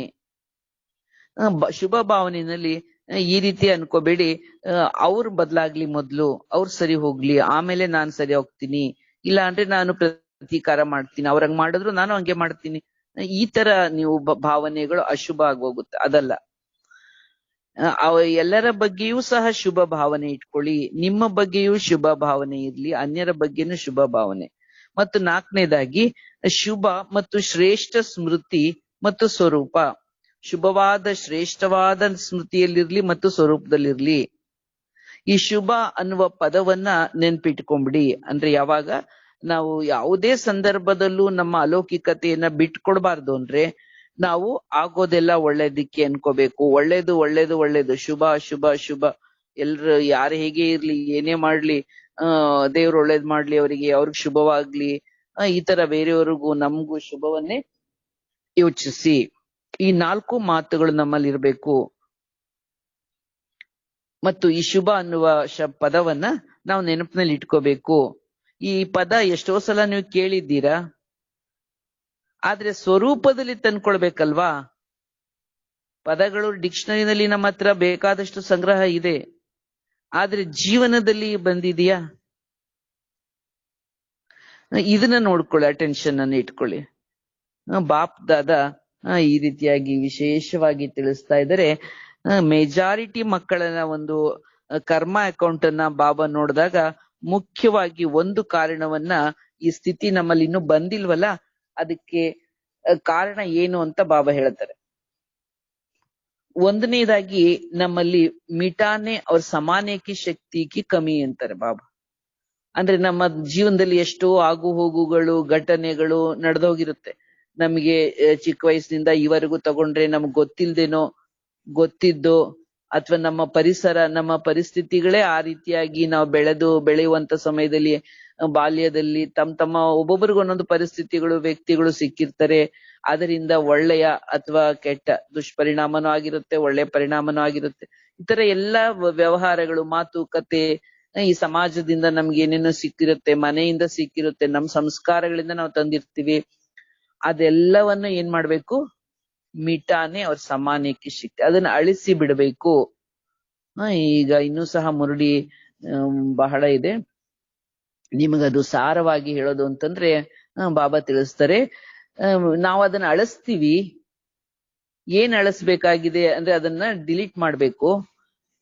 उल्टा देखना, सुनना, सोचना, बीता हुआ भी मिटाते हैं, लेकिन आप कहते हो ना कि एक है कॉन्शियस, दूसरा है सब कॉन्शियस.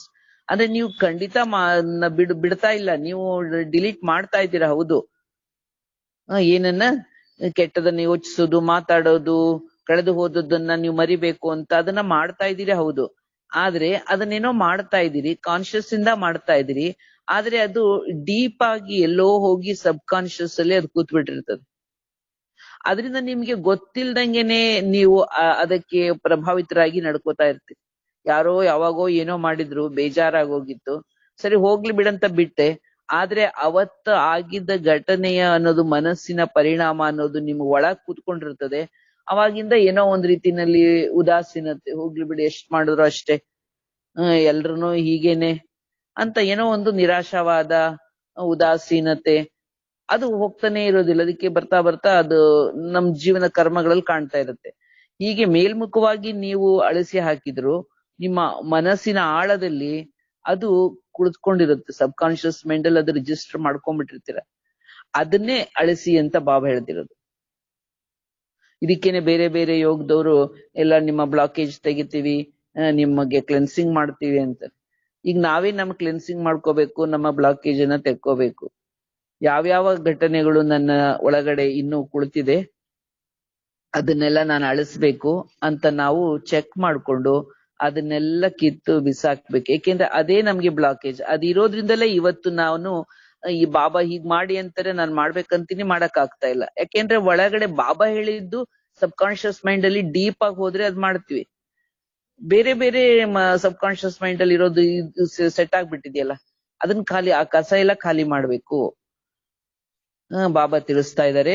ಯಾಕೆ ನಮ್ದೆಲ್ಲ ಒಳಗಿಂದ ಅಳಿಸ್ಲಿಕ್ಕೆ ಆಗ್ತಾ ಇಲ್ಲ ಅಂದ್ರೆ ಅದಕ್ಕೆ ಮೂಲ ಕಾರಣ ಸಮಾನಕ್ಕೆ ಶಕ್ತಿ ಪವರ್ಫುಲ್ ನಹಿ ಹೇ. ಅಂದ್ರೆ ಅದನ್ನೆಲ್ಲ ನಾವು ಡಿಲೀಟ್ ಮಾಡ್ಬೇಕಲ್ಲ, ಆ ಶಕ್ತಿ ಪವರ್ಫುಲ್ ಆಗಿಲ್ಲ. ಸಮಾನ ಅಂದ್ರೆ ಒಂದ್ ಅರ್ಥದಲ್ಲಿ ಅಳವಡಿಸ್ಕೊಳ್ಳೋದು ಅಂತ ಅಂದ್ರೆ ಏನೇನು ಎಲ್ಲ ಘಟನೆಗಳು ನಡೆದಿದೆ ಅದೆಲ್ಲ ಇನ್ ಸ್ವಲ್ಪ ಅಳವಡಿಸ್ಕೊಂಡು ತುಂಬ್ಕೋಬೇಕು ಅಂತಲ್ಲ. ಅದೆಲ್ಲ ಇದ್ರೂ ಸಹ ಅದೇನು ನಮಗೆ ಮಾಡೋದಿಲ್ಲ, ಅದರಿಂದ ನನ್ಗೇನು ಪ್ರಭಾವ ಆಗ್ತಾ ಇಲ್ಲ. ಆ ರೀತಿಯಾಗಿ ಅದನ್ನ ಲೈಟ್ ಆಗಿ ತಗೊಳ್ಳೋದು. ಸಮಯಾನುಸಾರ ನೀವು ಅದನ್ನ ಅಳವಡಿಸ್ಕೋತೀರಾ ಅಂದ್ರೆ ಅದನ್ನ ಹೇಗಾದ್ರೂ ಹ್ಯಾಂಡಲ್ ಮಾಡ್ತೀರಾ. ಮತ್ತೆ ಆದ್ರೂ ಸಹ ಒಂದೊಂದ್ಸಲ ಅದು ಹೊರಗ್ ಬಂದ್ಬಿಡುತ್ತೆ. ನೋಡಿ, ಯಾವ್ದೋ ಒಂದು ಘಟನೆ ಇರುತ್ತೆ, ನೀವು ಬಿಟ್ಬಿಟ್ಟಿರ್ತೀರ, ಆ ಸಂದರ್ಭ, ಆ ಪದ ಬಂತು, ಆ ಶಬ್ದ, ಅವರ ಹೆಸರು ನಿಮ್ಮ ಎದುರು ತಗೊಂಡಾಗ ಮತ್ತೆ ನಿಮ್ಗೆ ಎಮರ್ಜ್ ಆಗ್ಬಿಡುತ್ತೆ. ಅಂದ್ರೆ ಏನಾಯ್ತು, ನಾವು 100% ಡಿಲೀಟ್ ಮಾಡಿಲ್ಲ, ಒಳಗೆ ಎಲ್ಲೋ ಸಬ್ ಕಾನ್ಶಿಯಸ್ ಮೈಂಡ್ ಅಲ್ಲಿ ಆ ಫೀಲಿಂಗ್ ಇನ್ನೂ ಇದೆ ಅಂತ ಅರ್ಥ ಆಯ್ತು ತಾನೆ. ಆ ತರ ಹುಡುಕಿ ಅದನ್ನ ಬೇರನ್ನೆಲ್ಲ ಏನ್ ಮಾಡ್ಬೇಕು, ತೆಗೆದು ಹಾಕ್ಬೇಕು. ಆಗ ಬಾಬಾ ಹೇಳ್ತಾರೆ, ಅಂದ್ರೆ ನಾವು ಫರಿಷ್ಠ ಆಗ್ಲಿಕ್ಕೆ ಇವೆಲ್ಲ ಸ್ಟೆಪ್ ಬಾಬಾ ಹೇಳ್ತಾ ಇರೋದು. ಬಾಬಾ ಹೇಳ್ತಾರೆ, ಉದಾಹರಣೆಗೆ ನಮ್ಮ ಮನಸ್ಸಿನ ಕಾಗದ ಅನ್ನೋದು ಸಂಪೂರ್ಣವಾಗಿ ಬಿಳಿ ಖಾಲಿ ಕಾಗದ ಆಗಿರ್ಬೇಕು. ಪೂರ್ತಿ ಅದನ್ನ ಅಳಿಸಿ ಖಾಲಿಯಾದಂತಹ ಒಂದು ಪ್ಲೈನ್ ಪೇಪರ್ ಅನ್ನಾಗಿ ಮಾಡ್ಕೊಳ್ಳಿ. ಆಗ ಏನಾಗುತ್ತೆ, ಅದ್ರಲ್ಲಿ ಏನ್ ಬರೀತಿರೋ ಅದು ಸ್ಪಷ್ಟ ಕಾಣುತ್ತೆ. ಅಂದ್ರೆ ಈಗ ನಮ್ಮ ಮನಸ್ಸು ಖಾಲಿ ಕಾಗದ ಇದ್ದಾಗ ಬಾಬಾ ಹೇಳಿದ್ದೆಲ್ಲ ನಮ್ಮ ಮನಸ್ಸನ್ನ ಕಾಗದದಲ್ಲಿ ಬರ್ಕೊಂಡಾಗ ಸ್ಪಷ್ಟವಾಗಿ ಕಾಣುತ್ತೆ. ಈಗಾಗ್ಲೇ ಹಳೆ ಮೆಮೊರೀಸ್, ಹಳೆಯ ಒಂದು ಪ್ರಭಾವಗಳು ಒಳಗಡೆ ಇಟ್ಕೊಂಡ್ಬಿಟ್ಟು ಮೇಲ್ ಬರ್ಕೊಳಕ್ ಹೋದ್ರೆ ಬಾಬಾ ಹೇಳಿದ್ದು ಅಸ್ಪಷ್ಟ ಆಗೋಗ್ಬಿಡುತ್ತೆ. ಅರ್ಥಾತ್ ಸರ್ವಗುಣ ಸರ್ವಶಕ್ತಿಗಳನ್ನ ಧಾರಣೆ ಮಾಡ್ಬೇಕು ಅಂತ ನೀವು ಅನ್ಕೋತೀರಿ, ಆದ್ರೆ ಫುಲ್ ಪರ್ಸೆಂಟೇಜ್ ಅಲ್ಲಿ ಮಾಡಕ್ ಆಗ್ತಾ ಇದೆಯಾ? ಇಲ್ಲ. ಅದಕ್ಕಾಗಿನೇ ಬಾಬಾ ಹೇಳ್ತಾರೆ, ಹಳೆಯ ಒಂದು ಪ್ರಭಾವಗಳನ್ನ ಕಿತ್ತು ಹಾಕ್ರಿ, ಸಂಪೂರ್ಣ ಕ್ಲೀನ್ ಮತ್ತು ಕ್ಲಿಯರ್ ಆಗಿ. ಆಗ ನಿಮ್ಮಲ್ಲಿ ಶಕ್ತಿಗಳು ನೋಡಿ ಎಷ್ಟು ಸಹಜವಾಗಿ ಕಾರ್ಯ ಮಾಡುತ್ತೆ ಅಂತ. ಅದರಿಂದ ಈಗ ನಾವ್ ಯಾಕೆ ಸೂಕ್ಷ್ಮ ದೇವತಾ ಆಗಿ ಕಾರ್ಯ ಆರಂಭ ಮಾಡಕ್ ಆಗಿಲ್ಲ ಅಂದ್ರೆ, ನಿಮ್ಮ ಒಳಗಡೆ ಇರ್ತಕ್ಕಂತಹ ಅನೇಕ ಕಹಿ ನೆನಪುಗಳು ಅಥವಾ ದುಷ್ಪರಿಣಾಮಗಳು ಅಥವಾ ಯಾವುದೋ ಒಂದಿರುತ್ತೆ. ಅದರಿಂದ ಮೆಜಾರಿಟಿ ಬಾಬಾ ಹೇಳ್ತಾ ಇದ್ದಾರೆ, ಮೆಜಾರಿಟಿ ಮಕ್ಕಳ ಮನಸ್ಸೆಂಬ ಕಾಗದ ಕ್ಲಿಯರ್ ಮತ್ತು ಕ್ಲೀನ್ ಆಗಿಲ್ಲ. ಮೆಜಾರಿಟಿ ಕಿ ಸ್ಲೇಟ್ ಕ್ಲಿಯರ್ ಔರ್ ಕ್ಲೀನ್ ನಹಿ. ಸ್ಲೇಟ್ ಅಥವಾ ಕಾಗದ ಕ್ಲೀನ್ ಆಗಿಲ್ಲ ಮತ್ತು ಕ್ಲಿಯರ್ ಆಗಿಲ್ಲ. ಏನ್ ಕ್ಲಿಯರ್ ಇಲ್ಲ? ನಮ್ಮ ಮನಸ್ಸಿನಲ್ಲಿ ಏನು ಕೆಟ್ಟದಿಲ್ಲ, ಆದ್ರೆ ಜೀವನದಲ್ಲಿ ಗತಿಸಿ ಹೋದ ಆ ಕಹಿ ನೆನಪುಗಳು ಏನಾಗಿದೆ, ಅದ್ರ ಮೇಲೆ ಇನ್ನೂ ಹಾಗೇ ಇದೆ. ಅದನ್ನ ಮೊದಲು ಕ್ಲೀನ್ ಮಾಡ್ಕೊಂಬಿಡಿ, ಅದನ್ನ ನೀವು ಕ್ಲೆನ್ಸಿಂಗ್ ಮಾಡಿ ಅಂತ ಹೇಳ್ತಾರೆ ಬಾಬಾ. ಅಂದ್ರೆ ಇದನ್ನ ನಾವು ಸುಮ್ನೆ ಅದು ಹೋಗೋದಿಲ್ಲ, ಕೂತ್ಕೋಬೇಕು ಯೋಗದಲ್ಲಿ. ಘಟನೆಗಳನ್ನ ಅದನ್ನ ನಾವು ಮನಸ್ಸಿನಲ್ಲಿ ನೋಟ್ ಮಾಡ್ಕೊಂಡು, ಇದು ನನ್ನ ಅಡೆತಡೆಗೆ, ನನ್ನ ಸಾಧನೆಗೆ ಅಡೆತಡೆಯಾಗಿದೆ, ಅದನ್ನ ನಾನು ಕ್ಷಮಿಸ್ಬಿಡುತ್ತೇನೆ. ಯಾವ ಮೂಲಕ ನೀವು ಅಳಿಸ್ಲಿಕ್ಕೆ ರಬ್ಬರೇನು? ಕ್ಷಮೆ ಮಾಡಿ ಮರ್ತ್ ಬಿಡಿ. Forgive and forget. ಕ್ಷಮಿಸಿ ಮರ್ತ್ ಬಿಡಿ. ಯಾಕೆಂದ್ರೆ ಏನೋ ಅಜ್ಞಾನವಶನೋ ಯಾವುದೋ ಲೆಕ್ಕಾಚಾರವಶನೋ ಏನೋ ಅದು ಆಗೋಗಿತ್ತು, ಡ್ರಾಮಾದಲ್ಲಿತ್ತು, ಅದ್ರಲ್ಲಿ ನಂದು ಪಾಲಿರುತ್ತೆ, ನಂದು ದೌರ್ಬಲ್ಯ ಇರುತ್ತೆ ಅಂತ ನಮ್ಮ ದೌರ್ಬಲ್ಯವನ್ನು ರಿಯಲೈಸ್ ಮಾಡ್ಕೊಂಡು ನಾವು ಅದನ್ನ ಏನ್ ಮಾಡ್ಬೇಕು? ಕ್ಷಮಿಸುವ ಮತ್ತು ಮರೆಯುವ ರಬ್ಬರ್ ತಗೊಂಡು ಅಳಿಸ್ಬೇಕು. ಸ್ವಲ್ಪ ವಿಷಯಗಳಲ್ಲಿ थोड़ा भी बीती बातें या बीती चलन व्यर्थ बातें व व्यर्थ चाल चलन सूक्ष्म रूप में समाई रहती. ಒಂದ್ ಸ್ವಲ್ಪ ಆದ್ರೂ ನಮ್ದು ಕಳೆದು ಹೋದ ಆಗು ಹೋಗುಗಳು, ಘಟನೆಗಳು, ವ್ಯರ್ಥ ಮಾತುಗಳು ಅಥವಾ ಇತರರ ವರ್ತನೆಗಳು ಅದು ಅತಿ ಸೂಕ್ಷ್ಮದಲ್ಲಿ ನಮ್ಗೆ ಮನಸ್ಸಿನ ಆಳದಲ್ಲಿ ಸಂಸ್ಕಾರದೊಳಗೆ ಅದರ ರೆಕಾರ್ಡಿಂಗ್ ಇರುತ್ತೆ. ಅದು ಅಂದ್ರೆ ಸ್ವಲ್ಪ ಡೀಪ್ ಆಗಿ ಯೋಚನೆ ಮಾಡಿರ್ತೀವಿ, ಡೀಪ್ ಆಗಿ ಫೀಲ್ ಮಾಡ್ಬಿಟ್ಟಿರ್ತೀವಿ, ಅದಕ್ಕೆ ಅದು ನಮ್ಗೆ ಮರೆಯಕ್ ಆಗೋದಿಲ್ಲ. ಎಷ್ಟೋ ವಿಷಯಗಳು ನಾವು ಮೇಲ್ ಬೇಕಾಬಿಟ್ಟಿ ಕೇಳ್ತೀವಿ, ಅದ್ ಮರ್ತೋಗ್ಬಿಡುತ್ತೆ. ಇಂಟ್ರೆಸ್ಟ್ ಕೊಟ್ಟಿಲ್ಲ ಅಂದ್ರೆ ಮರ್ತೋಗುತ್ತೆ. ನೀವು ಇಂಟ್ರೆಸ್ಟ್ ಕೊಟ್ಬಿಟ್ಟಿರ್ತೀರಲ್ಲ ಯಾವ್ದಾದ್ರು ಒಂದು ವಿಷಯದಲ್ಲಿ, ವ್ಯಕ್ತಿನಲ್ಲಿ, ಆಗ ಅವರಿಂದ ಆದಂತಹ ಕಹಿ ನೆನಪುಗಳು ಅದನ್ನ ಮನಸ್ಸಿನಿಂದ ಆಳದಲ್ಲಿ ಹೋಗ್ಬಿಡುತ್ತದು. ಅದಕ್ಕೋಸ್ಕರ ಈಗ ನೀವು ಅದನ್ನ ಅನಾಸಕ್ತಿಯಿಂದ ಅದನ್ನ ತೆಗೆದು ಹಾಕ್ಬಿಡಿ. ಅನಾಸಕ್ತಿ, ಆ ವಿಷಯದಲ್ಲಿ ಅನಾಸಕ್ತಿ ತೋರಿಸ್ರಿ. ಆನಂತರ ಅದೇನಾಗುತ್ತೆ, ಸಮಯ ಬಂದಾಗ ಆ ಒಳಗಿರೋ ಫೀಲಿಂಗ್ಸ್ ಹೊರಗಡೆ ಸ್ಥೂಲದಲ್ಲಿ ಬಂದ್ಬಿಡುತ್ತದೆ. ಅದಕ್ಕೋಸ್ಕರ ಸಮಯಾನುಸಾರ ಚೆಕ್ ಮಾಡ್ಕೊಳ್ಳಿ. ನಿಮ್ಮನ್ನೇ ನೀವು ಚೆಕ್ ಮಾಡ್ಕೊಳ್ಳಿ, ಬೇರೆಯವ್ರನ್ನ ಚೆಕ್ ಮಾಡಕ್ಕೆ ಶುರು ಮಾಡಬೇಡಿ. ಚೆಕ್ ಮಾಡ್ಕೊಳ್ಳಿ, ನನ್ನ ಮನಸ್ಸಿನ ಕಾಗದ ಅಂತಕ್ಕಂಥದ್ದು ವ್ಯರ್ಥ ಮತ್ತು ಕಳೆದು ಹೋದ ವಿಷಯಗಳ ಬಗ್ಗೆ ಕ್ಲೀನ್ ಆಗಿದ್ಯಾ? ಎಲ್ಲಕ್ಕಿಂತ ಸೂಕ್ಷ್ಮವಾಗಿರ್ತಕ್ಕಂಥ ರೂಪ ಏನಂದ್ರೆ, ವೈಬ್ರೇಷನ್ನಿನ ರೂಪದಲ್ಲಿ ಮನಸ್ಸಿನ ಮೇಲೆ ಅದರ ಒಂದು ಪ್ರಿಂಟ್ ಉಳ್ಕೊಂಡ್ಬಿಡುತ್ತೆ. ಅಳಿಸಿರ್ತೀರಾ, ಆದ್ರೇನು ಸಹ ಸ್ವಲ್ಪ ಗಮನ ಕೊಟ್ರೆ ಅದ್ರಲ್ಲಿ ಇನ್ನೂ ಸ್ವಲ್ಪ ಚಿತ್ತು ಉಳಿದಿರುತ್ತೆ ತಾನೆ. ಅಂದ್ರೆ ಫರಿಷ್ಠೆ ಆಗ್ಬೇಕು ಅಂದ್ರೆ, ಫರಿಷ್ಠ ಅರ್ಥಾತ್ ಬಿಲ್ಕುಲ್ ಕ್ಲೀನ್ ಅವ್ರ ಕ್ಲಿಯರ್. ಇದು ಫರಿಷ್ಠೆ ಆಗುವ ಲಕ್ಷಣ ಏನು ಅಂದ್ರೆ, ಅವರ ಮನಸ್ಸು ಮುಗ್ಧವಾಗಿರುತ್ತೆ. ಜೀವನದಲ್ಲಿ ಈಗ ನೋಡಿ, ಚಿಕ್ಕ ಮಕ್ಕಳು ಮುಗ್ಧವಾಗಿರ್ತಾರೆ, ಏಕೆಂದ್ರೆ ಜೀವನ ಇನ್ನೂ ಆರಂಭ ಆಗಿರೋದಿಲ್ಲ. ಅವ್ರ ಮನಸ್ಸಿನ ಮೇಲೆ ಸ್ಮೃತಿ ಪಟಲದಲ್ಲಿ ಯಾವ ನೆನಪುಗಳು ಇರೋದಿಲ್ಲ, ಮುಗ್ಧತೆ ಇರುತ್ತೆ. ದೊಡ್ಡವರಾದ್ಮೇಲೆ ಯಾಕೆ ಆ ಮುಗ್ಧತೆ ಹೋಗುತ್ತೆ? ನಮ್ಗೆ ಆ ಜೀವನದಲ್ಲೆಲ್ಲ ನೆನಪುಳ್ಕೊಂಡ್ಬಿಡುತ್ತೆ, ಹಂಗಾಯ್ತು ಹಿಂಗಾಯ್ತು ಅಂತ. ಅದಕ್ಕೆ ಮತ್ತೆ ಮಕ್ಕಳಾಗ್ಬೇಕು, ಮುಗ್ಧರಾಗ್ಬೇಕು, ಎಲ್ಲವನ್ನ ಅಳಿಸ್ಬೇಕು, ಕ್ಲೀನ್ ಮತ್ತು ಕ್ಲಿಯರ್ ಆಗ್ಬೇಕು. ಅಂತಹ ಫರಿಷ್ಠೆಗೆ ಬೇರೆಯವರಿಗೆ ಒಳಿತನ ಮಾಡುವ ವೈಬ್ರೇಷನ್ ಕೊಡ್ಲಿಕ್ಕೆ ಸಾಧ್ಯ. ಅಂದ್ರೆ ನೆಗೆಟಿವ್ ನಮ್ಮ ಜೀವನದಲ್ಲಿ ಬಂದಿದ್ರು ಸಹ ಅದು ಪಾಸಿಟಿವ್ ಅಲ್ಲಿ ಪರಿವರ್ತನೆ ಮಾಡ್ಕೊಂಬಿಡಿ. ನೆಗೆಟಿವ್ ಅನ್ನ ನೆಗೆಟಿವ್ ಆಗಿನೇ ಸ್ವೀಕಾರ ಮಾಡಿ ಹಾಗೆಯೇ ನಿಮ್ಮ ಮೈಂಡ್ ಅಲ್ಲಿ ರಿಜಿಸ್ಟರ್ ಮಾಡಿ ಇಟ್ಕೊಂಡಿದ್ರಲ್ಲ, ಅವತ್ತು ಹಂಗಾಯ್ತು, ಅದು ಅವ್ರ ತಪ್ಪು, ಅದು ಅವ್ರಂಗ ಮಾಡಬಾರ್ದಿತ್ತು. ಇದೆಲ್ಲ ನೆಗೆಟಿವ್ ಅನ್ನ ರಿಜಿಸ್ಟರ್ ಮಾಡ್ಕೊಂಡಿದಿರಲ್ಲ, ಅದನ್ನೆಲ್ಲ ಅಳಿಸಿ, ನಾನು ದೋಷಿ ಇದ್ದೀನಿ, ಬೇರೆಯವ್ರಷ್ಟೇ ಅಲ್ಲ, ನನ್ನ ದೋಷದಿಂದಲೂ ಅವರು ಆ ರೀತಿ ಇರಬಹುದು ಅಂದಾಗ, ನಂದೇ ದೋಷ ಇದ್ದಾಗ ನಾವು ಹೇಗೆ ಅದನ್ನ ಬಿಟ್ಬಿಡ್ತೀವಿ? ಹಾಗೆ ಇದನ್ನ ಬಿಟ್ಬಿಡಿ ಅಂತ ಬಾಬಾ ಹೇಳ್ತಾರೆ. ಆಗ್ಲೇ ನಿಮ್ಮಲ್ಲಿ ನವೀನತೆ ಬರುತ್ತೆ. ಇದು ಒಂದನೆಯ ಫರಿಷ್ಠೆ ಆಗದೆ ಇರ್ಲಿಕ್ಕೆ ಒಂದು ಕಾರಣ. ಅದೇ ರೀತಿನಲ್ಲಿ ಬಾಬಾ ಫರಿಷ್ಠೆ ಆಗದೆ ಇರ್ಲಿಕ್ಕೆ ಎರಡನೇ ಇನ್ನೊಂದು ಕಾರಣ ಹೇಳ್ತಾರೆ. ಈಗ ಒಂದು ಮುಗಿಸ್ಬಿಡ್ತೀನಿ, ಪಾಯಿಂಟ್ ಚೆನ್ನಾಗಿದೆ.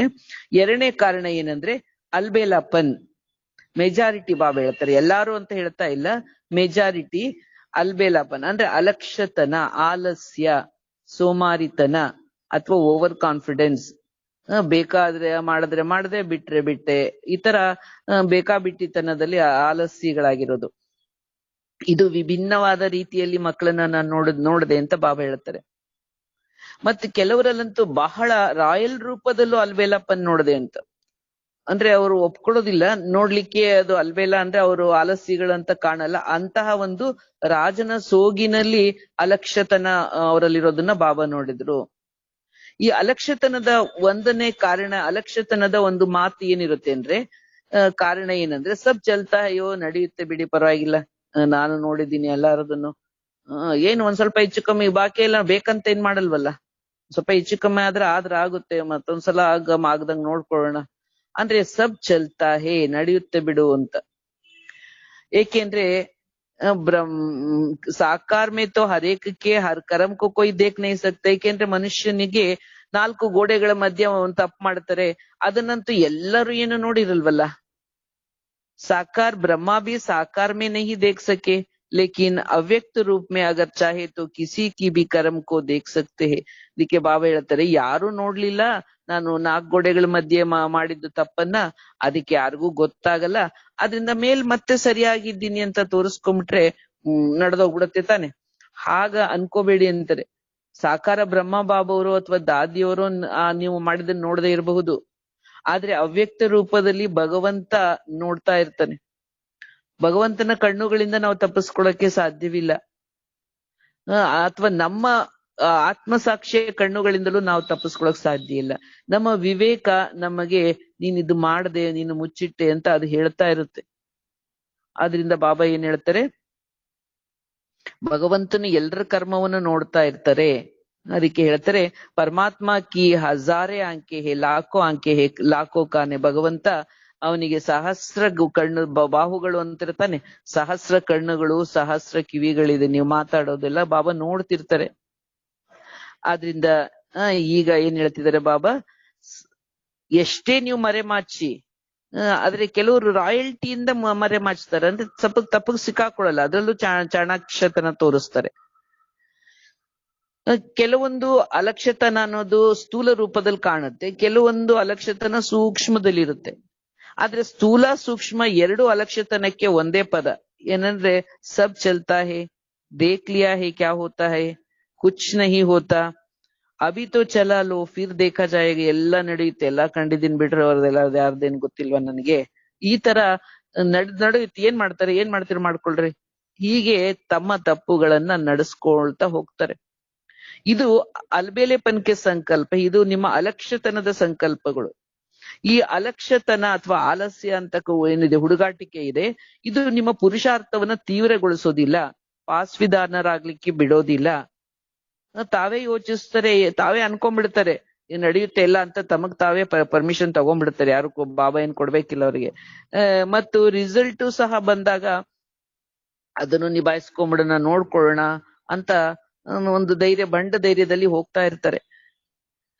ಅದರಿಂದ ಬಾಬಾ ಹೇಳ್ತಾರೆ, ಯಾವುದಾದ್ರೂ ನಮ್ಮ ಒಂದು ರಿಸಲ್ಟ್ ಅಲ್ಲಿ ಒಬ್ಬೊಬ್ರದನ್ನು ಸಹ ಚೆಕ್ ಮಾಡಿದ್ರೆ ಅದಕ್ಕೆ ಅಲಕ್ಷ್ಯತನ ಅಂತಕ್ಕಂತಹುದು ಉತ್ತರವಾಗಿರುತ್ತೆ. ಅದರಿಂದ ಬಾಬಾ ತಿಳಿಸ್ತಾ ಇದ್ದಾರೆ, ದೇಖ್ಲೆಂಗೆ ಕ್ಯಾ ಹೋತಾ ಹೇ, ನೀವೇನಂತೀರ ನೋಡೋಣ, ಏನಾಗುತ್ತೆ ನೋಡೋಣ, ಏನಾಗುತ್ತೆ ನೋಡೋಣ, ಮಾಡೋದ್ ಮಾಡ್ಬಿಡೋಣ, ನೋಡೋಣ ಮುಂದೆ ಅಂತ. ಅದೇನ್ ಭಾರಿ ಬುದ್ಧಿವಂತರ ನಂಗೆ ಮಾತಾಡ್ತಾರೆ. ಬಾಪ್ ದಾದನು ಹೇಳ್ತಾರೆ, ದೇಖ್ ಲೇನಾ ಕ್ಯಾ ಹೋತಾ ಹೇ, ಅದಕ್ಕೆ ನಿಮ್ಮ ಮಾತೆ ನಿಮಗೆ ಬಾಬೋರಿಂದ ಉತ್ತರವಾಗಿ ಬರುತ್ತೆ. ದೇಖ್ ಲೇನಾ, ನೋಡೋಣ ಏನಾಗುತ್ತೆ ಅಂತಿರಲ್ಲ, ಅದಕ್ಕೆ ಬಾಬಾನು ಉತ್ತರ ಕೊಡ್ತಾರೆ, ನೋಡೋಣ ಏನಾಗುತ್ತೆ. ನೋಡ್ತಾ ಇದೀವಿ ತಾನೆ ಈಗೆಲ್ಲ ಏನಾಗ್ತಾ ಇದೆ ಅಂತ. ಮಾಡೋಗೆಲ್ಲ ಮಾಡ್ಬಿಡ್ತೀವಿ, ಆಮೇಲೆ ದೇವ್ರ ಮೇಲೆ ಹಾಕಿದ್ರೆ ಅದಕ್ಕೋಸ್ಕರ ಏನಾಗುತ್ತೆ ನೋಡೋಣ ಅಂತ ನಾವಂದ್ರೆ ಅದೇ ನಮಗೂ ಉತ್ತರ ಆಗ್ಬಿಡುತ್ತೆ. ಅದರಿಂದ ಬಾಬಾ ಇವತ್ತಿದನ್ನೆಲ್ಲ ಯಾಕೆ ಹೇಳ್ತಾ ಇದ್ದಾರೆ, ಬಾಬಾ ಹೇಳ್ತಾರೆ, ನೀವು ಇಷ್ಟ ಪಡೋದಿಲ್ವೋ, ಒತ್ತಾಯವಾಗಾದ್ರೂ ನಿಮ್ಮನ್ನ ನಾನು ಫರಿಷ್ಠ ಮಾಡಿಯೇ ಮಾಡ್ತೀನಿ, ನೀವು ಆಗಿಯೇ ತೀರ್ಬೇಕು, ನೀವು ಫರಿಷ್ಠ ಆಗಿಯೇ ಆಗ್ಬೇಕು. ಮತ್ತೆ ಬಾಬಾ ಹೇಳ್ತಿದ್ದಾರೆ, ಆಗ ನೀವು ಪ್ಲಾನ್ ಮಾಡ್ತೀರಾ, ಹಾಗ್ ಮಾಡೋಣ ಹೀಗ್ ಮಾಡೋಣ ಅಂತ ಇಚ್ಛೆ ಪಟ್ಟು ನೀವು ಒಳ್ಳೆಯ ಯೋಜನೆ ಮಾಡ್ತೀರಾ. ಆದ್ರೆ ಈ ಕಾರಣಗಳನ್ನು ನೀವು ನಿವಾರಣೆ ಮಾಡದ ಹೊರತು ನೀವು ಫರಿಷ್ಠೆ ಆಗ್ಲಿಕ್ಕೆ ನೀವು ಪ್ಲಾನ್ ಪ್ರಾಕ್ಟಿಕಲ್ ಅಲ್ಲಿ ಬರಕ್ಕೆ ಸಾಧ್ಯ ಇಲ್ಲ. 2 ಕಾರಣಗಳನ್ನ ಬಾಬಾ ಹೇಳಿದ್ರು ತಾನೆ. ಒಂದನೇದ್ದು ಹಳೆಯದನ್ನೆಲ್ಲ ಮಿಟಾನಿಕಿ ಶಕ್ತಿ, ಅಳಿಸಿ ಹಾಕುವಂತಹದ್ದು, ಖಾಲಿ ಕಾಗದ ಆಗ್ಬೇಕು. 2ನೇದು ಬೇಜವಾಬ್ದಾರಿಯಿಂದ ವರ್ತಿಸೋದು. ಏನಾಗುತ್ತೋ ಆಗ್ಲಿ, ಏನ್ ಮಾಡ್ತಿರೋ ಮಾಡ್ರಿ, ಏನಾಗುತ್ತೋ ನೋಡೋಣ. ಈ ಬೇಜವಾಬ್ದಾರಿತನ ಮತ್ತು ನಿಮ್ಮ ಹಳೆಯ ನೆಗೆಟಿವ್ ಫೀಲಿಂಗ್ಸ್ ಗಳನ್ನ ಅಳಿಸಿ ಹಾಕೋದು, ಇದೆರಡು ಕಾರಣಗಳನ್ನ ನಿವಾರಣೆ ಮಾಡದ ಹೊರತು ಫರಿಷ್ಠೆ ಆಗೋದಿಲ್ಲ. ಅದರಿಂದ ಲಕ್ಷ್ಯ ಇಟ್ಕೊಳ್ಳಿ, ನಾನು ಫರಿಷ್ಠೆ ಆಗ್ಲೇಬೇಕು. लक्ष्य रखो हमें फरिश्ता बनना ही है. अब पुरानी बातों को समाप्त करो, अब अपने अनादि और आदि संस्कारों को एमर्ज करो. स्मृति में रखो, चलते फिरते मैं बाप समान फरिश्ता हूँ. मेरे पुराने संस्कारों से पुराने बातों से कोई रिश्ता नहीं. समझा? ಬಾಬಾ ತಿಳಿಸ್ತಾ ಇದ್ರೆ, ಗುರಿ ಇಟ್ಕೊಳ್ಳಿ, ನಾನು ದೇವದೂತ ಆಗಿಯೇ ಆಗ್ತೀನಿ. ಅದಕ್ಕಾಗಿ ಹಳೆಯ ಮಾತುಗಳನ್ನ ಮನಸ್ಸಿನಿಂದ ಸಮಾಪ್ತಿ ಮಾಡಿ ಆದಿ ಅನಾದಿ ಸ್ವರೂಪದ ಸಂಸ್ಕಾರಗಳನ್ನು ಪ್ರಕಟ ಮಾಡ್ಕೊಳ್ಳಿ. ಮತ್ತು ನೆನ್ಪಿಟ್ಕೊಳ್ಳಿ, ನಾನು ಚಲ್ತೆ ಫಿರ್ತೆ ಬಾಪ್ ಸಮಾನ್ ಫರಿಷ್ತಾ ಹೂ, ನಾನು ನಡೆದಾಡುವಂತಹ ದೇವದೂತ ಆಗಿದ್ದೀನಿ. ಹೇಳ್ತಾರಲ್ಲ ಸಿದ್ಧಗಂಗಾ ಸ್ವಾಮಿಗಳು, ನಡೆದಾಡುವ ದೇವರು ಅಂತ ಎಲ್ಲ ಜಗತ್ತು ಒಪ್ಕೊಳ್ಳುತ್ತು, ಅವರೇನು ಹೇಳ್ಕೊಳ್ಳಿಲ್ಲ. ಬಾಬಾ ಹೇಳ್ತಾರೆ, ಹೀಗೆ ನೀವು ನಡೆದಾಡುವ ದೇವದೂತನಾಗಿ ನನ್ನ ಹಳೆಯ ಸಂಸ್ಕಾರಗಳಿಂದ ಹಳೆಯ ಮಾತುಗಳ ಜೊತೆನಲ್ಲಿ ನನ್ಗೇನು ಸಂಬಂಧ ಇಲ್ಲ ಅಂತ ತಿಳ್ಕೊಳ್ಳಿ. ಗೊತ್ತಾಯ್ತಾ? ಓಂ ಶಾಂತಿ.